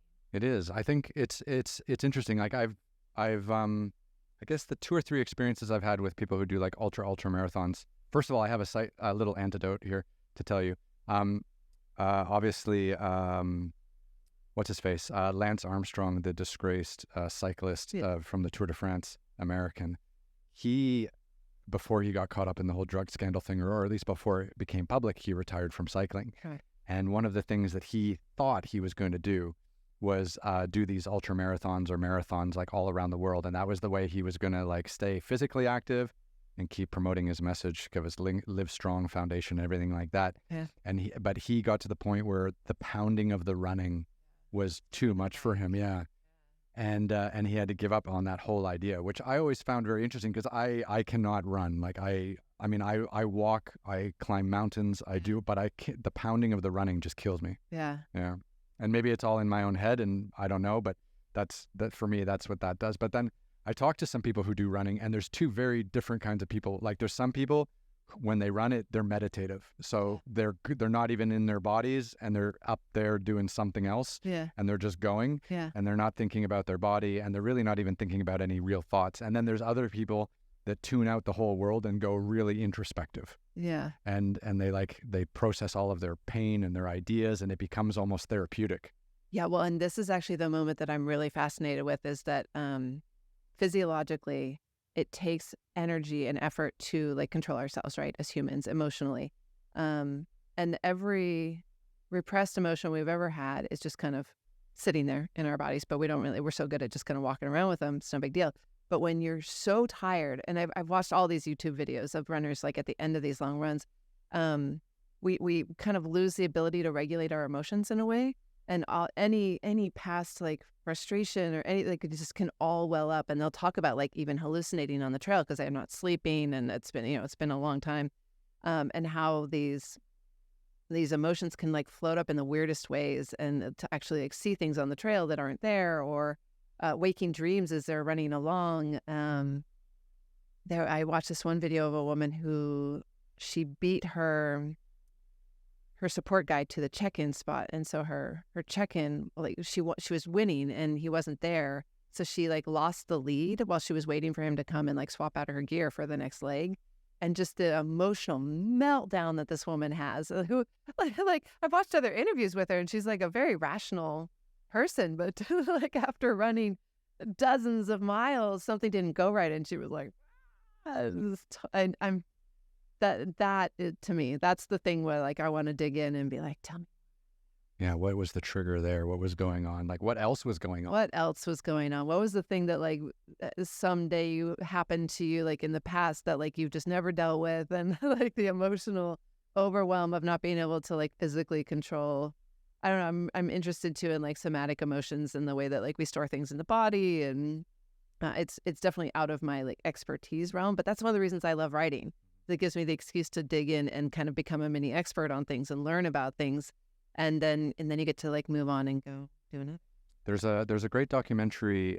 It was produced by Matt Damon and his partner for their water.org charity, where it follows 3 ultramarathon runners, and they do a trip through North Africa, like to point out attention to clean water issues, and it goes into all 3 of their backstories. And one of them was like an absolute drug addict, and then started running and swapped out one high for the other, and became a hugely successful long distance runner, and totally got off drugs and totally turned his life around.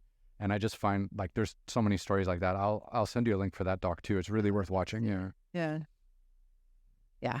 So I'm fascinated. It's a pretty unique world, and it's a very small world of people who can like really park away all that pain and emotion and just keep going. And they all kind of know each other.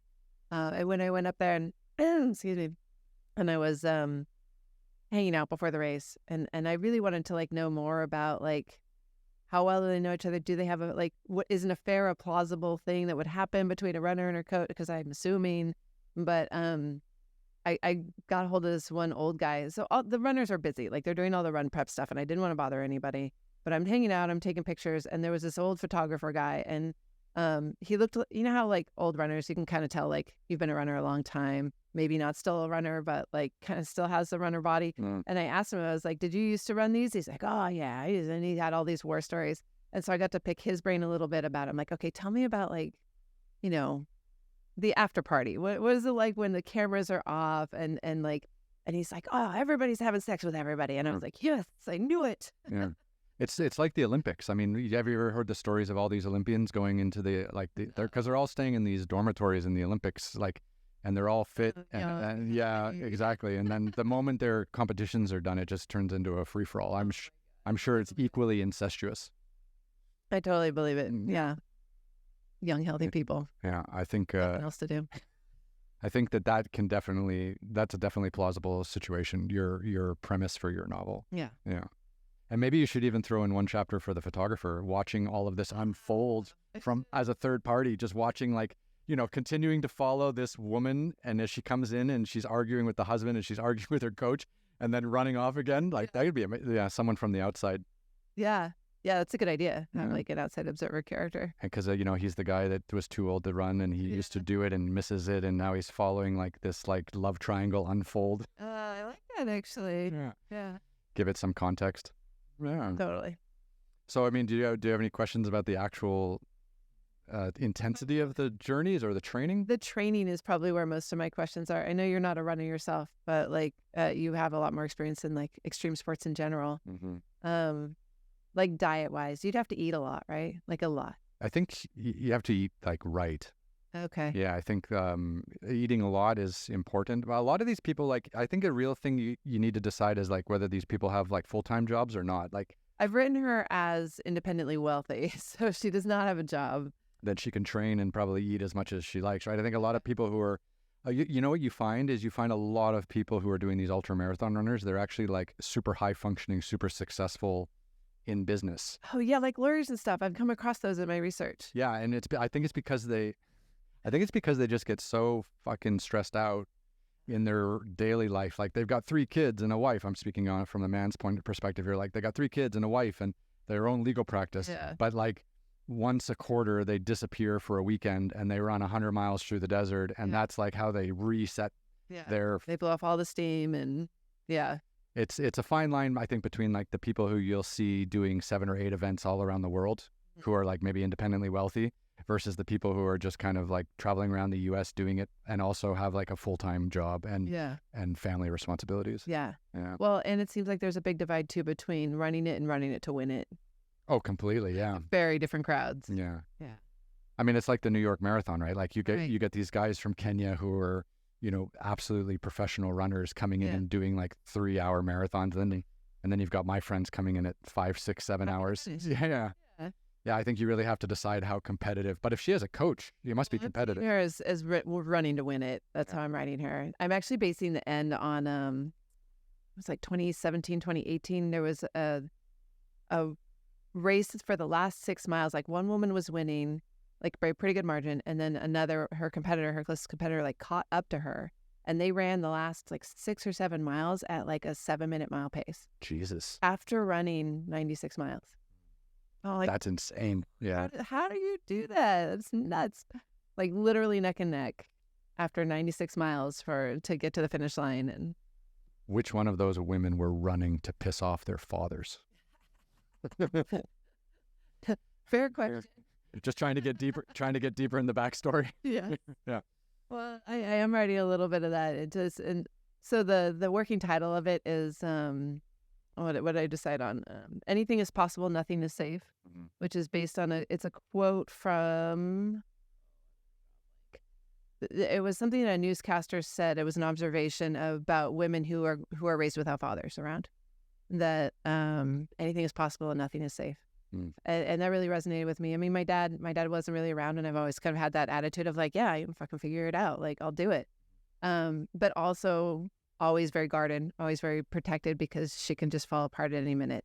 Like any minute, the shoe will drop and everything will go to hell. And so I've written that into this character who the father is absent, and so she very much is raised by her mother and has this attitude of like, yeah, I can do anything, but never really feels secure. Interesting.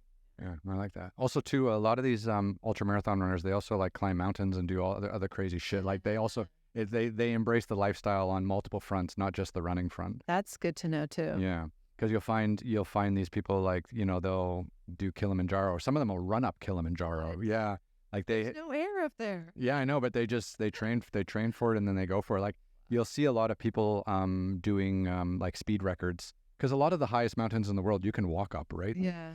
The climbing is actually quite limited. You don't really even need to know how to climb. You just kind of. No, my sister-in-law did Kilimanjaro on her honeymoon. Yeah, and she got crazy altitude sickness. It can happen too, but yeah, it depends. She made it. I mean, she got there, but she was pretty sick. Yeah, I mean, altitude sickness is strange because you just don't know like what's triggering it, and almost 100% of the time it's internal. So like for example, the altitude that you're at never changes, right? Like you're here, you're not sick. Yeah. And then you're here and you're sick. Okay, so it has to be an internal issue. Well, and so my husband's from Quito in South America, which is pretty high. It's like 12,000 feet at the airport. And when you get off and you're like walking up the ramp to the airport terminal, you're suddenly huffing and puffing. You're like, what is happening? And most of the time I'm fine. But there was one time I got really sick just out of nowhere. And it's not like Quito got any higher than it was the last time I was there. But, yeah.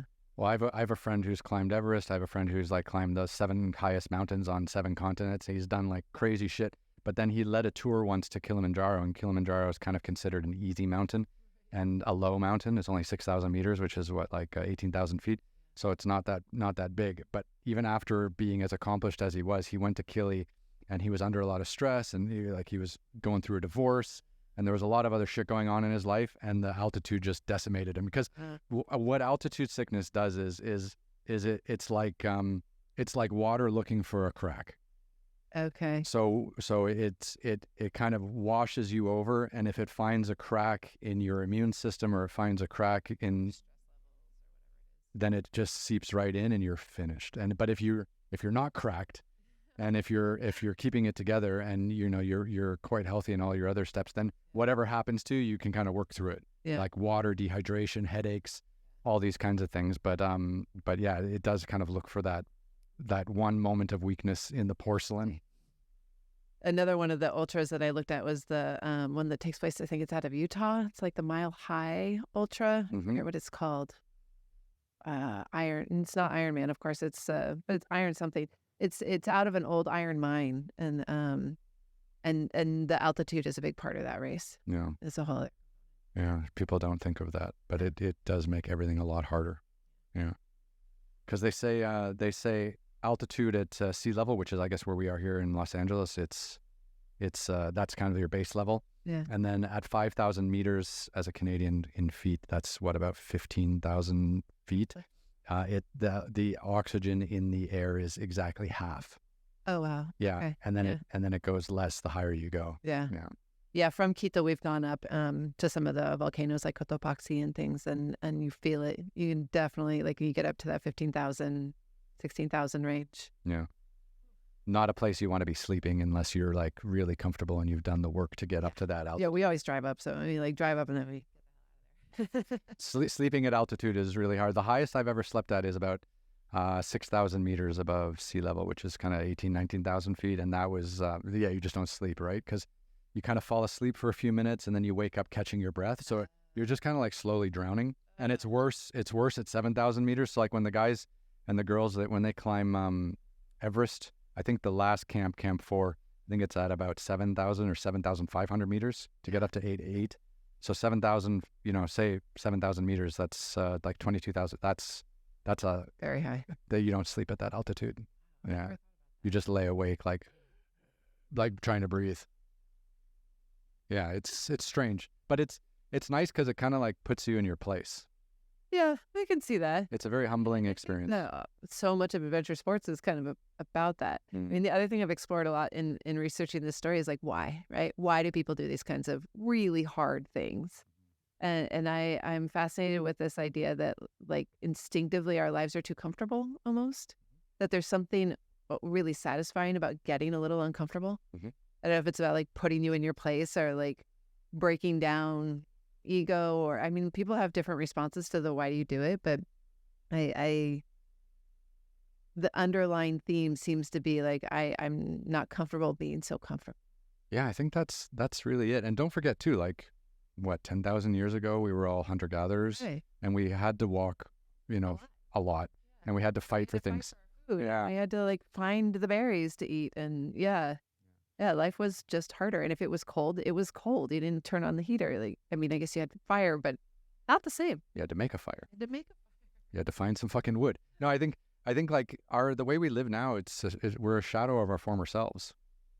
It's interesting. It's an interesting time to be human. One of the reasons I find Buddhism so interesting is I feel like the part of this evolution of us getting more comfortable has opened up opportunity to spend more time figuring out what's going on in the head and not just feeding the body.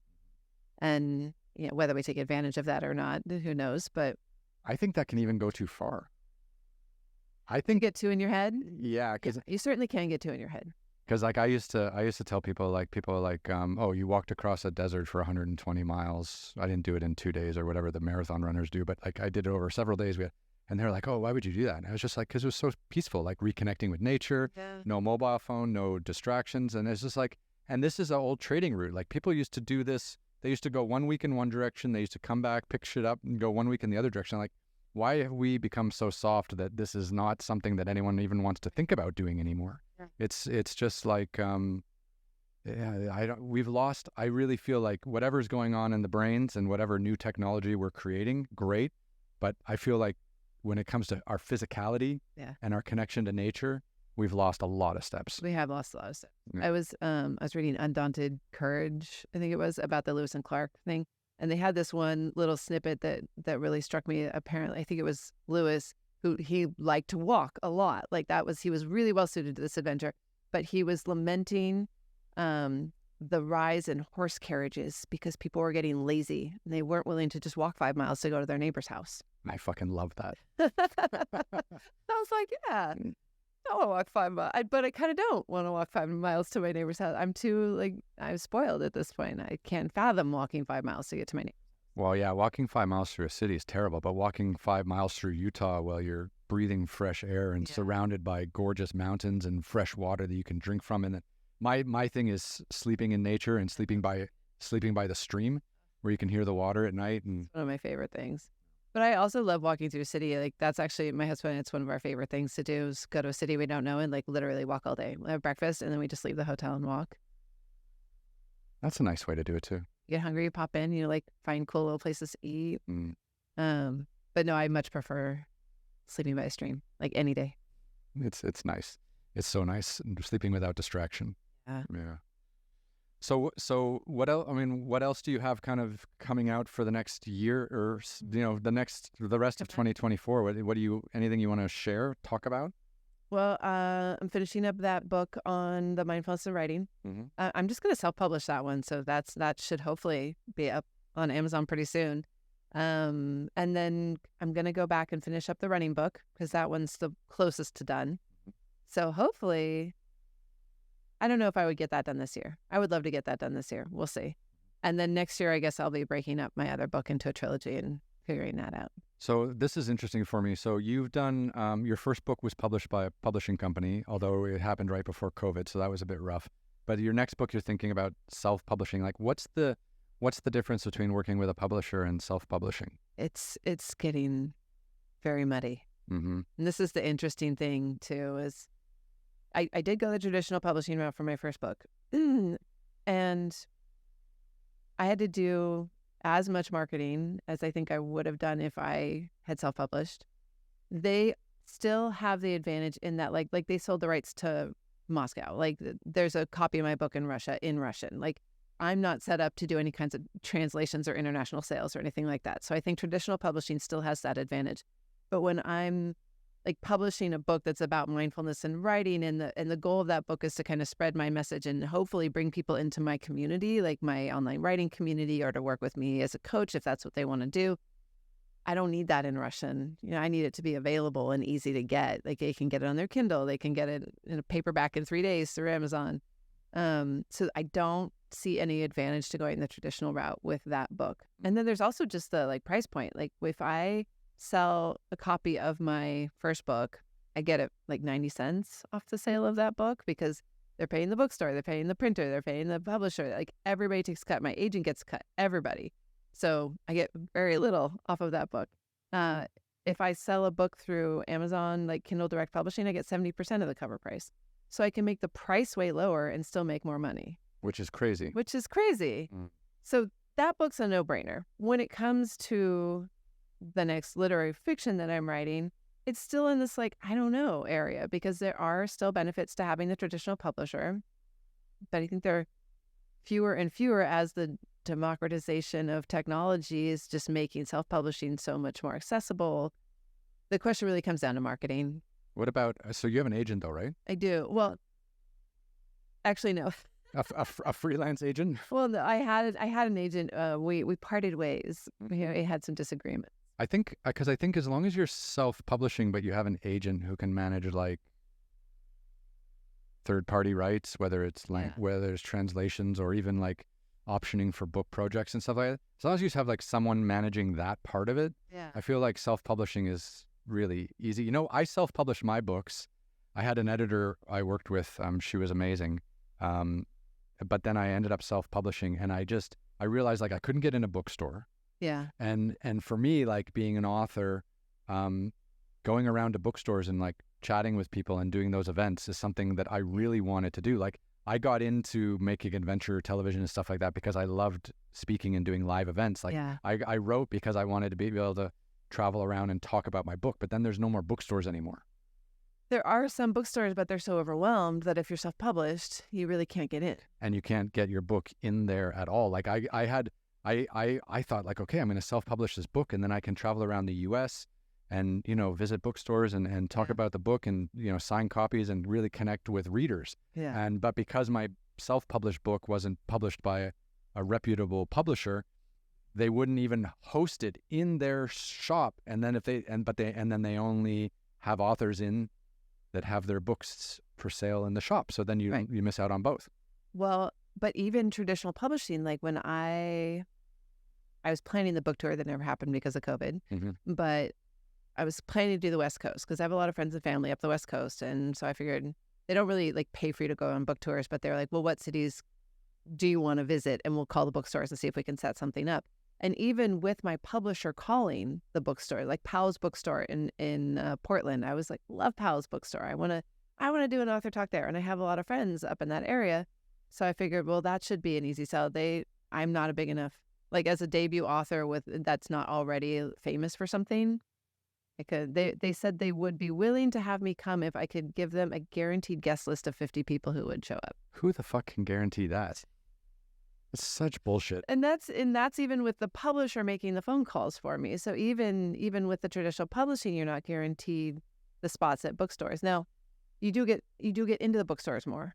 That's another thing traditional publishing has going for it. So again, I'm kind of like, I don't know. There's so many people who are doing really well. Like if your goal is to make a living as a writer, I think it's never been easier with self-publishing. You make more money on it. You got to do the marketing, but you got to do marketing even if you go traditional route.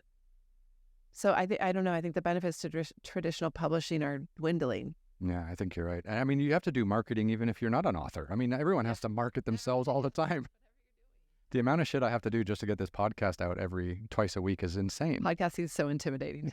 I've had people say like, you should do a podcast. I'm like, oh, I don't know. It seems like a lot of work.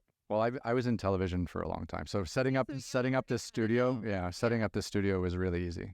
I wouldn't even know where to begin. I'd have to make my husband do. You could probably do it. Yeah.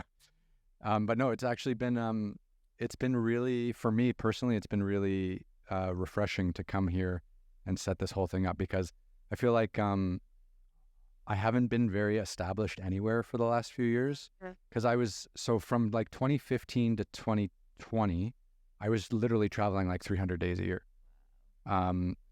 It was a lot. And then when COVID hit, the TV stuff stopped, but I still had this itch to like be in different places and be seeing different things. And I tried to set up a few different businesses.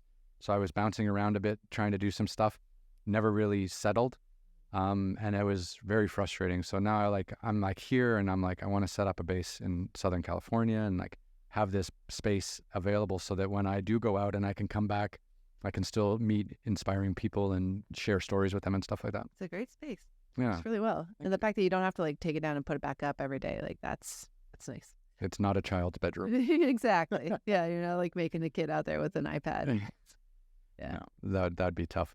But no, it's quite an easy setup and pretty reasonable to do on your own. It's just you. And I wanted to do it kind of totally independently, no producer, because the thing about it is if you need to start relying on other people, they're always going to cancel on you at some stage. And then it would break my heart for someone like you to come here to the studio to do a podcast, and then my producer doesn't show up, and then I don't know how to use anything. Right.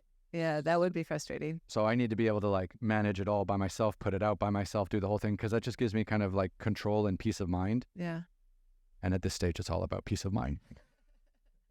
Well, and you can decide when you want to do it too. You get to like, I don't know, make it work on your schedule. Yeah, and really make it work on my guest schedule, because I think like, bending to their schedule is by far the most important thing, because they're taking time out of their day like you are to come and see me, and I really appreciate that.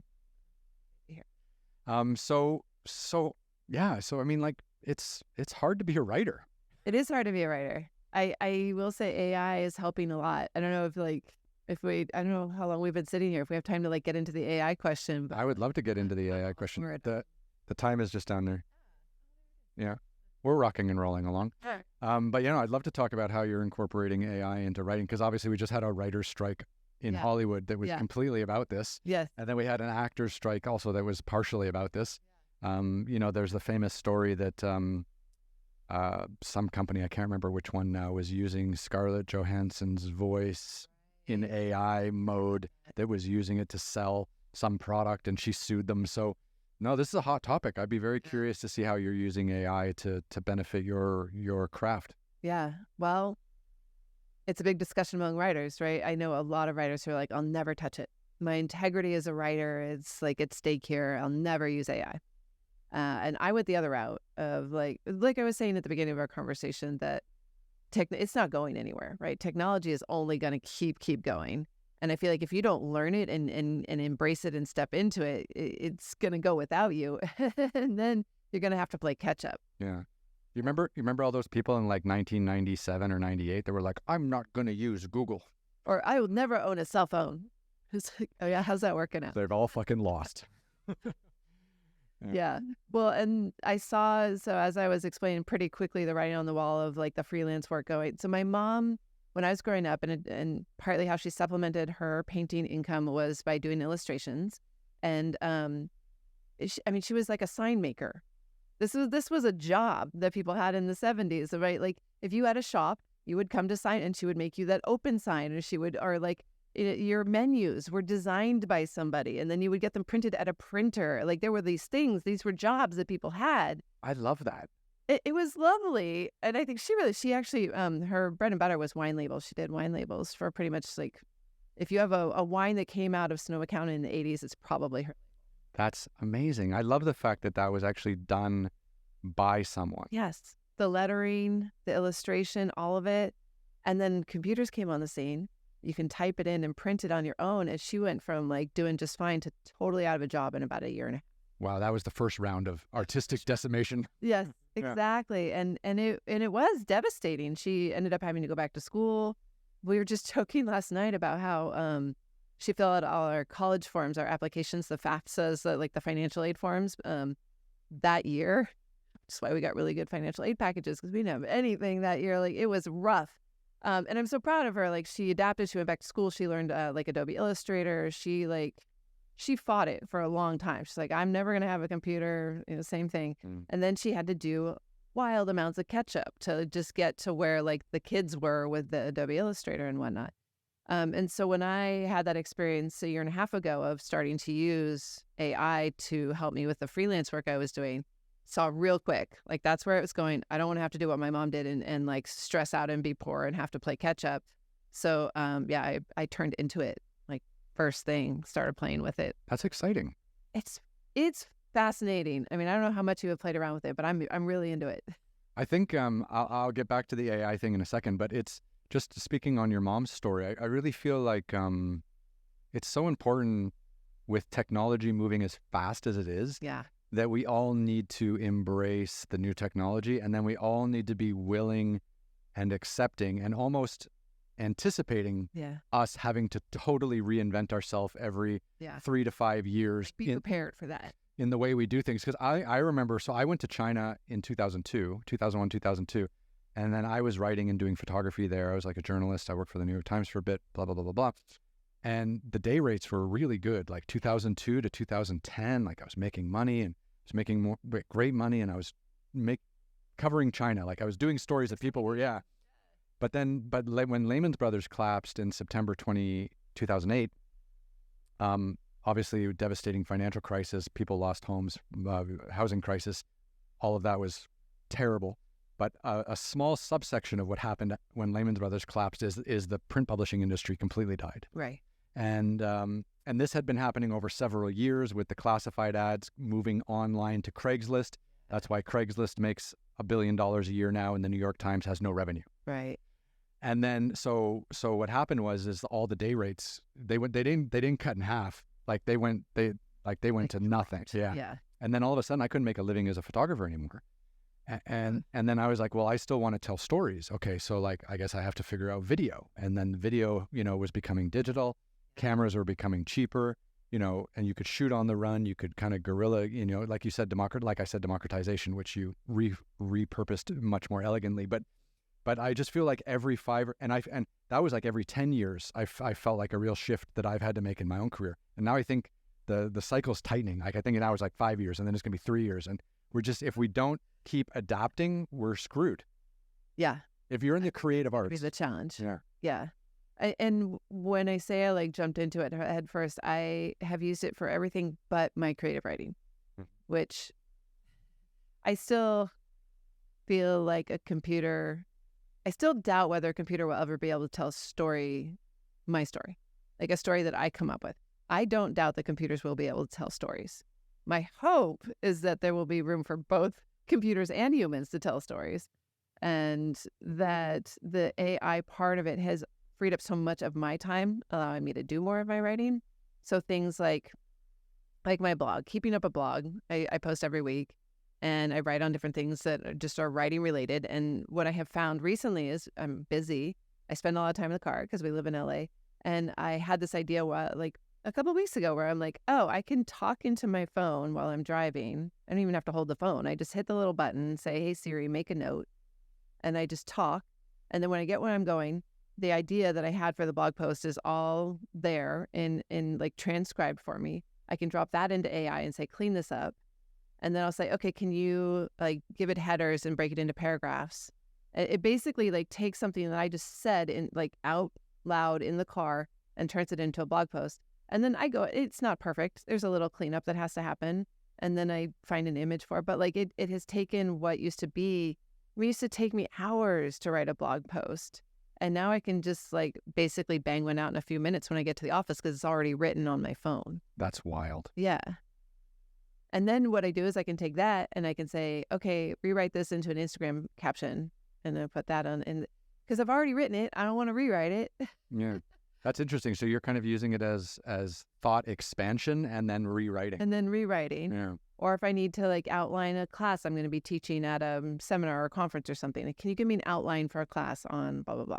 And it'll pump out an outline and, okay, maybe not that thing. I'm like, oh, I hadn't thought of that thing. And then, and then I will actually write it with the things that I know out of my head, which even that, I think pretty soon AI could just probably fill in the outline as well as I could. But I don't know. I just find it insanely useful and saves so much time. Well, soon everything in our head, I mean, it's like people are trying to, like Elon Musk is making chips that go inside our brains. So how long before, I mean, at this stage, I think his company that's doing that is trying to like stop like Alzheimer's and Parkinson's and stuff like that. But I mean, how long before that use just becomes everyday use, and then everything in our brain will be on a server somewhere and accessible, and then all of our great ideas and thoughts will be stolen. Stolen or available? Borrowed? Oh, I don't know. Like what? Well, How do we eat? I guess becomes the question. how do we monetize? Yeah. Because our stories and our thoughts, people make. Stories are your bread and butter. Yeah. Yeah, I do worry about that, but it's interesting. I think actually just this morning I read that Medium, the publishing, online publishing newspaper, magazine, whatever that space is, they banned stuff created by AI. So there are like some people taking a harsher stance on that. For sure. Well, and I think some people should. Like on Amazon, apparently people have been writing. They had to set a limit. You're only allowed to self-publish 2 books a day now. Self-publish 2 books a day. Yeah. So Because people have been writing books with AI and just slapping them up on Amazon, like without even proofreading.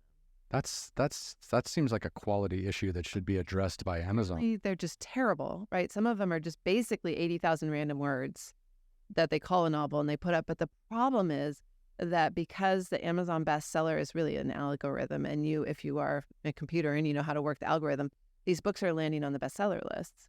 Are you serious? Yeah. And so what's happening is that if you are a self-published author and one of your things is like, I'm an Amazon bestseller, like that it almost means nothing now, because if a book that's 80,000 words of garbage can be on the bestseller list, it completely dilutes any credibility that like bestseller gives to a title. And so indie authors are really suffering the most from that. It sucks. I bet. I still think like the bestseller list should be compiled by several people in a dark room, smoking cigarettes indoors, who are just reading novels, and sharing notes. Like hanging off the lip like that. Yeah, exactly. Because, just leaving it all up to algorithms just doesn't make any sense, right? Because people can trick it. Like, people need to read books, and if they're good, they should be on the bestseller list. Yeah. It's fun. I mean, I feel the same way about like the Emmys and the Academy Awards at this point. Like I used to be really into the Academy Awards. My husband and I used to have a big party. It was really fun. And now I just feel like there's so much content. There is no way that everyone who votes on those things has seen everything. No way. There's no way. No. And so it has lost some credibility to me. And now more and more, I mean, I hate to say this like out loud on a public space, but it just feels like a bunch of old white guys giving each other trophies, like more and more. Yeah. And I'm just not as excited about that. What wasn't it like 2019 or 2020 where they had like the So White Oscars? Yeah. Oscar So White. Yeah. Hashtag. Yeah. Yeah, it's definitely a problem. And I know that there are attempts, but then I also feel like the attempts just kind of become like their own issue of like, I don't know. You get into a whole race question around art and who gets promoted and who doesn't, and who are the gatekeepers, and it's very messy. It is.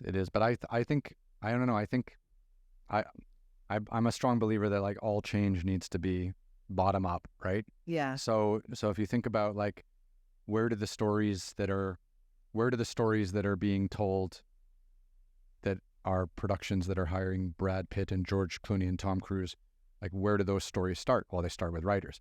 Okay, so why are all the writers men and white? Okay, if we have more women, if we have more cultural diversity, international backgrounds, ethnicity, yeah, exactly. Then, okay, now we're getting different stories. Okay, great. Like, I think right now we're at this moment where everybody's arguing if Snow White should be white or African American or Hispanic or whatever, right? Yeah. But maybe that's not the right argument. Maybe like let's move forward. Yeah. Our new stories. Yeah, exactly. Like where's let's not change everything Disney did for the last 100 years. Because let's be fair, her whiteness is not the only thing wrong with Snow White. Correct. But I'm just saying like that debate takes away from the fact that we need more diversity in writing. Yeah. And the more diversity we have in writing, the more the stories are just more interesting, frankly. But then you start to bring in, like when little kids look up and they see diversity in casting, then they start to see themselves in those positions. When they see writers who are LGBTQ or people of color or whatever it is writing these things, and then they start to imagine themselves like humans need to see people doing the things that they want to do to even know that they're possible. And it's that representation matters thing. I'm a big believer in that. I think so too. Yeah, it does. Like you did that visual recognition is crucial. Yeah. You still don't have a female president. Yeah. Don't get me started. I had a moment actually with one of the Star Wars movies because when I was a kid, John Minor lived across the street and he had all the Star Wars toys, and we would go over, we'd play, and I always had to be Princess Leia. I never got to be any of the other players. And One time I was so annoyed. I was like, I just want to be Luke for 1 minute. So he handed me the Luke doll, counted to 60, and then took it back. Oh my God. But I always hated it. There was only one woman character. But I took my kids to see, I forget which one of the Star Wars it was, but there's the scene, it's the one where the dogfight scene over the sand that kind of turns red as it gets like turned up. I forget which one that is. But there were like women pilots, and I just was like hit. I started crying. It was the weirdest thing. I was like, I always wanted there to be like a woman. I would never have thought that was something I was even consciously like longing for. But when I saw like a woman being a badass pilot along there with all the other guys being badass pilots, I just like something in me was like, yeah, got really finally excited. I mean, how crazy would it be if we can go to ChatGPT and say, like, write a story about 16th century pirate, from a Hispanic background.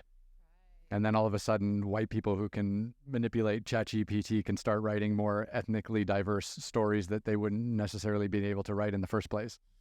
Challenges right now because of appropriation, the discussion around appropriation is that like I have literally been told, stay in your lane. Like I am not allowed, quote unquote, to write anything but a middle-aged white woman. Are you serious? I am not kidding. And that to me is frustrating. And it's not that I'm like dying to like try to write characters like an African-American character or something. But if I did, it wouldn't be published. Wow. Yeah. Wow. And I think that is kind of criminal because I've had the conversation multiple times with writers who have like really great ideas, like powerful stories. And they're like, yeah, I can't write that. I'm white. And like, that seems... You're right, because no one will publish it. But like, I think that's a travesty that if someone has a quality story and they're willing to do the work to tell it with respect and, it's well researched and they have like, I mean, you have to be careful if you're writing outside of your lane. That's always been the message, right? Mm-hmm. In the past, since I've been a writer, is like, you can write outside of your lane, but it's black diamond writing. Like, do your research, make sure you get beta readers, make sure that like the people that you're representing are on board with how you're representing them. But just like in the last 1.5 years, 2 years, it's become no, stay in your lane. It's funny. It's one of my favorite comedians. He every now and then he throws in a few jokes about black people, but all his friends are black. So he's like, okay, now we're gonna get into some deep water. I got a story about one of my black friends, and don't worry, I tested out the jokes with my buddies, and he's like, it's an okay joke. Like he has to qualify that his black friend said it was an okay joke to tell. Been for a long time of like if you did your homework and you were respectful and like Colson, do you know Colson Whitehead? No, I don't know. He wrote the Underground Railroad. He's like Nickel Boys. He's an amazing writer. But he gave a speech that I really liked. He talked about how writing out, and this was pre-COVID, so I want to say like 2018. Writing outside of how you identify. He said it's kind of like if you're hosting a dinner party and you're going to make Korean food and you're not Korean. Like if you do it badly, nobody wants to eat that. But if you do it well, then it's like an homage to the culture. It's an exploration of something a little different, but you have to do it well. And so it was just that the bar was higher. But now the politics of publishing are that you can't really publish anything outside of. That's restricting, but very. Yeah. And in some ways I get it. Like, who am I to tell a story that if an underrepresented culture, right? But also art is art. Art is art, and opportunities for discussion are missed, and I don't know, it's very sticky. Yeah, we're in a strange place at the moment with regards to, what stories we can tell, how we look. Yeah. And how those are received and consumed. Yeah. Yeah. Yeah. Interesting. It is interesting. Wow. I never thought about that, about having actual people like publishers or editors actually tell you to stay in your lane. Yeah. As a middle-aged, like white man or white woman or whatever. And it chafes against my tell me what to do. Well, yeah, that's why we all became artists. I have a story idea. I want to tell this story. Yeah. Yeah. It's not easy. No. Where do you think we're headed from here? I have a theory that it's a pendulum, right? Like forever, the pendulum's been way up here of like white men ruling the world, And it has swung, I think, very far to the other side. Not that, like, I don't know, like I was talking to a cinematographer at a party and he was pissed off. He could not get a job because, like, all of a sudden, like, the companies had to consider hiring all these other people who, like, you know, they were Latino and women and blah, blah. He was really angry. And I was like, you know, it's been that hard for them all this time. Like, maybe it's okay that it's hard for you for a little while. But he, you know, he didn't want to hear that. So I feel like it has swung. My hope is that it will, like, and maybe it's like Pollyannish or like too idealistic to think it will find like a middle ground where everybody can have their voices heard. That's my hope. I think the pendulum's going to swing back and forth a few times before we actually land there. It may not be in our lifetime, but I do have this hope that, like, we may come to a place of more understanding and more open-heartedness and less defensiveness and discussion, that we can have more civil discussions about. Yeah, the defensiveness thing is the real issue, because obviously you're affecting people's livelihoods, right? And, yeah, you know, like you said, the underrepresented ethnicities and things like that have been fighting this battle forever, right? And now all of a sudden, let's say, for example, you know, middle-aged white men now can't get jobs, and they might be getting, and that's rough. Yeah, but Joe, it's white glove territory. You got to be very, very gentle with that. Yeah. Yeah, I don't even know how to. Very sticky. Yeah. And it's going to be a while before things settle out, I think, in terms of race in America. We're not going to solve it here, but I just feel like in the last few years, and especially now, like moving to the United States and like trying to relocate here, it's just like I just feel like everyone is on a hair trigger. Like everyone is just so hyper sensitive about everything, and I just feel like if we all just like stop and share a meal together, I'm sure we'll figure it out. And you know, I always say, I was chatting with someone a while back, and I threw this line out at them, and he was laughing his ass off. I want to throw it at you. See what you have to say. I was saying, like, I want to get a refund for my university education, because in university I was taught to think about a problem or a situation from many different angles. And also, in some cases, I had to debate the other side of my original opinion. Right. And learn how to respect other people's opinions, and learn how to respect, you know, the points that other people were making counter to my argument. And I just feel like that critical thinking isn't done at all anymore. And I want a refund. Because I learned all these skills about how to see things from the other side of the table, and no one's using them. Nobody wants to do that anymore. Yeah. No. That is a problem. The hair triggerness. And so my daughter runs in the LGBTQ crowd. And one of the things that my husband and I struggle with, because, you know, we're old, is when someone begins to use a new gender, new pronouns. Mm-hmm. And it's very hard to make that shift in your head if it's not something that you have grown up doing. And the thing that gives me a little bit of hope on this is that when we screw up, like if this person is now identifying as he, him, and we say she, her, they're actually kind. Like that they're able to be like, they'll just remind us, like, he, him. Or, you know, they're like, don't forget. Like, actually, it's he. And they just keep it. And we just keep saying, oh, sorry. And we keep trying. Mm-hmm. And that they don't crucify us for it. Like, I also know that there are circles adjacent to my daughter's circles who, like, wouldn't hang out with us if we slipped up. Like, they have a very, like, it's that zero tolerance hairline trigger thing you're talking about. But there are groups of people where it's like, they can respect that, like, we're trying, even if it's something that is kind of foreign to us and new to us. And we are trying to respect their choice, even though it's not something maybe I totally understand. And there's a dialogue there, and they're willing to, like, talk to us a little bit about, like, well, how did you, like, make this choice? And that if we do slip up and get their gender wrong, they just correct us, and we all just kind of move on and try to do better next time. And I feel like if we could bring that dialogue to pretty much, like, anything that in this country that is going so wrong, if we could just stop and be like, okay, wait, you said something, and it makes me think maybe you're not totally understanding what I'm coming for. Like, could we just have the conversation about it? But there's just not room for that. There's definitely not room for that in the 24-hour news cycle, right? It's just there's not time for it. Yeah. Yeah. And there's not enough fear involved, and fear sells. And so the news isn't interested in those kinds of dialogues.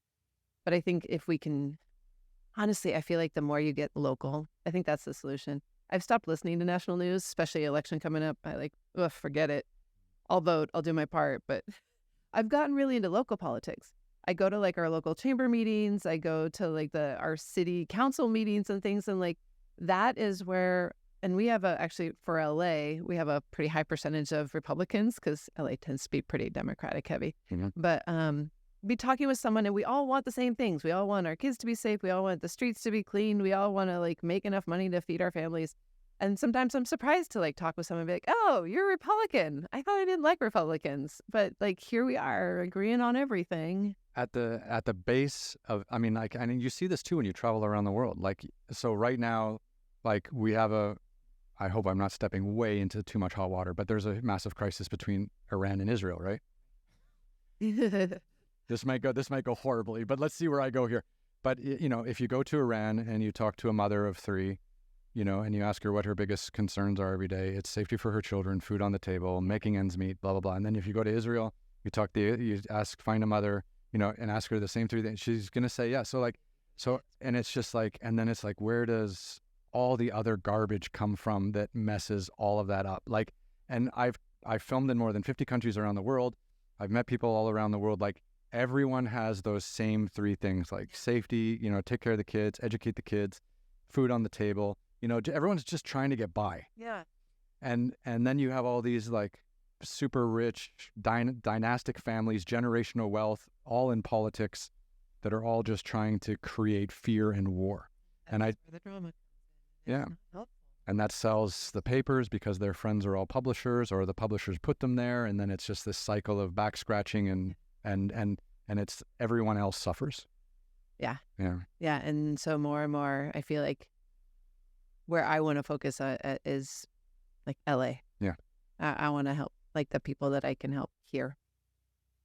Because when you get into world politics, like there's so much I wish I could do and I can't do shit. No, I can't do shit about what's happening in Israel. Like nothing. Yeah. But I can help like the guy in the corner who needs a few bucks for sandwich. Yeah. Absolutely. Yeah. I think local politics definitely is more accessible and less angry. Yeah. Yeah. Yeah. And I think it's a great place to start if you actually want to make a difference and then see that difference implemented. Yeah. Because I think at higher levels, you just don't see anything actually happen. Yeah. I studied political science and political philosophy in university, and it's been very troubling the last couple of years. Yeah. Yeah. How big business infiltrates politics and all that. COVID was tough to sit by and watch. It's overwhelming. Yeah. Not easy, but you know how you can help the best is by creating great fiction and putting people at ease in the evening or the early afternoons on a weekend and helping them slip into a different world. Oh man, you should have seen me during COVID. That was when I first got into fantasy. Oh, excuse me. Oh. No problem. My throat. I'll put the camera on me. Should I have some water? Yeah, COVID is when I went to my daughter. She just turned 13. And she had all these YA fantasy. I was like, take me to another world. I'm done with this one. I want to read about. And some of them are very Earth-like, but there's a little bit of magic, and that's the fantasy. Some of them are like completely alien cultures, and some of them go edge into sci-fi, like Brandon Sanderson. I read a bunch of his stuff.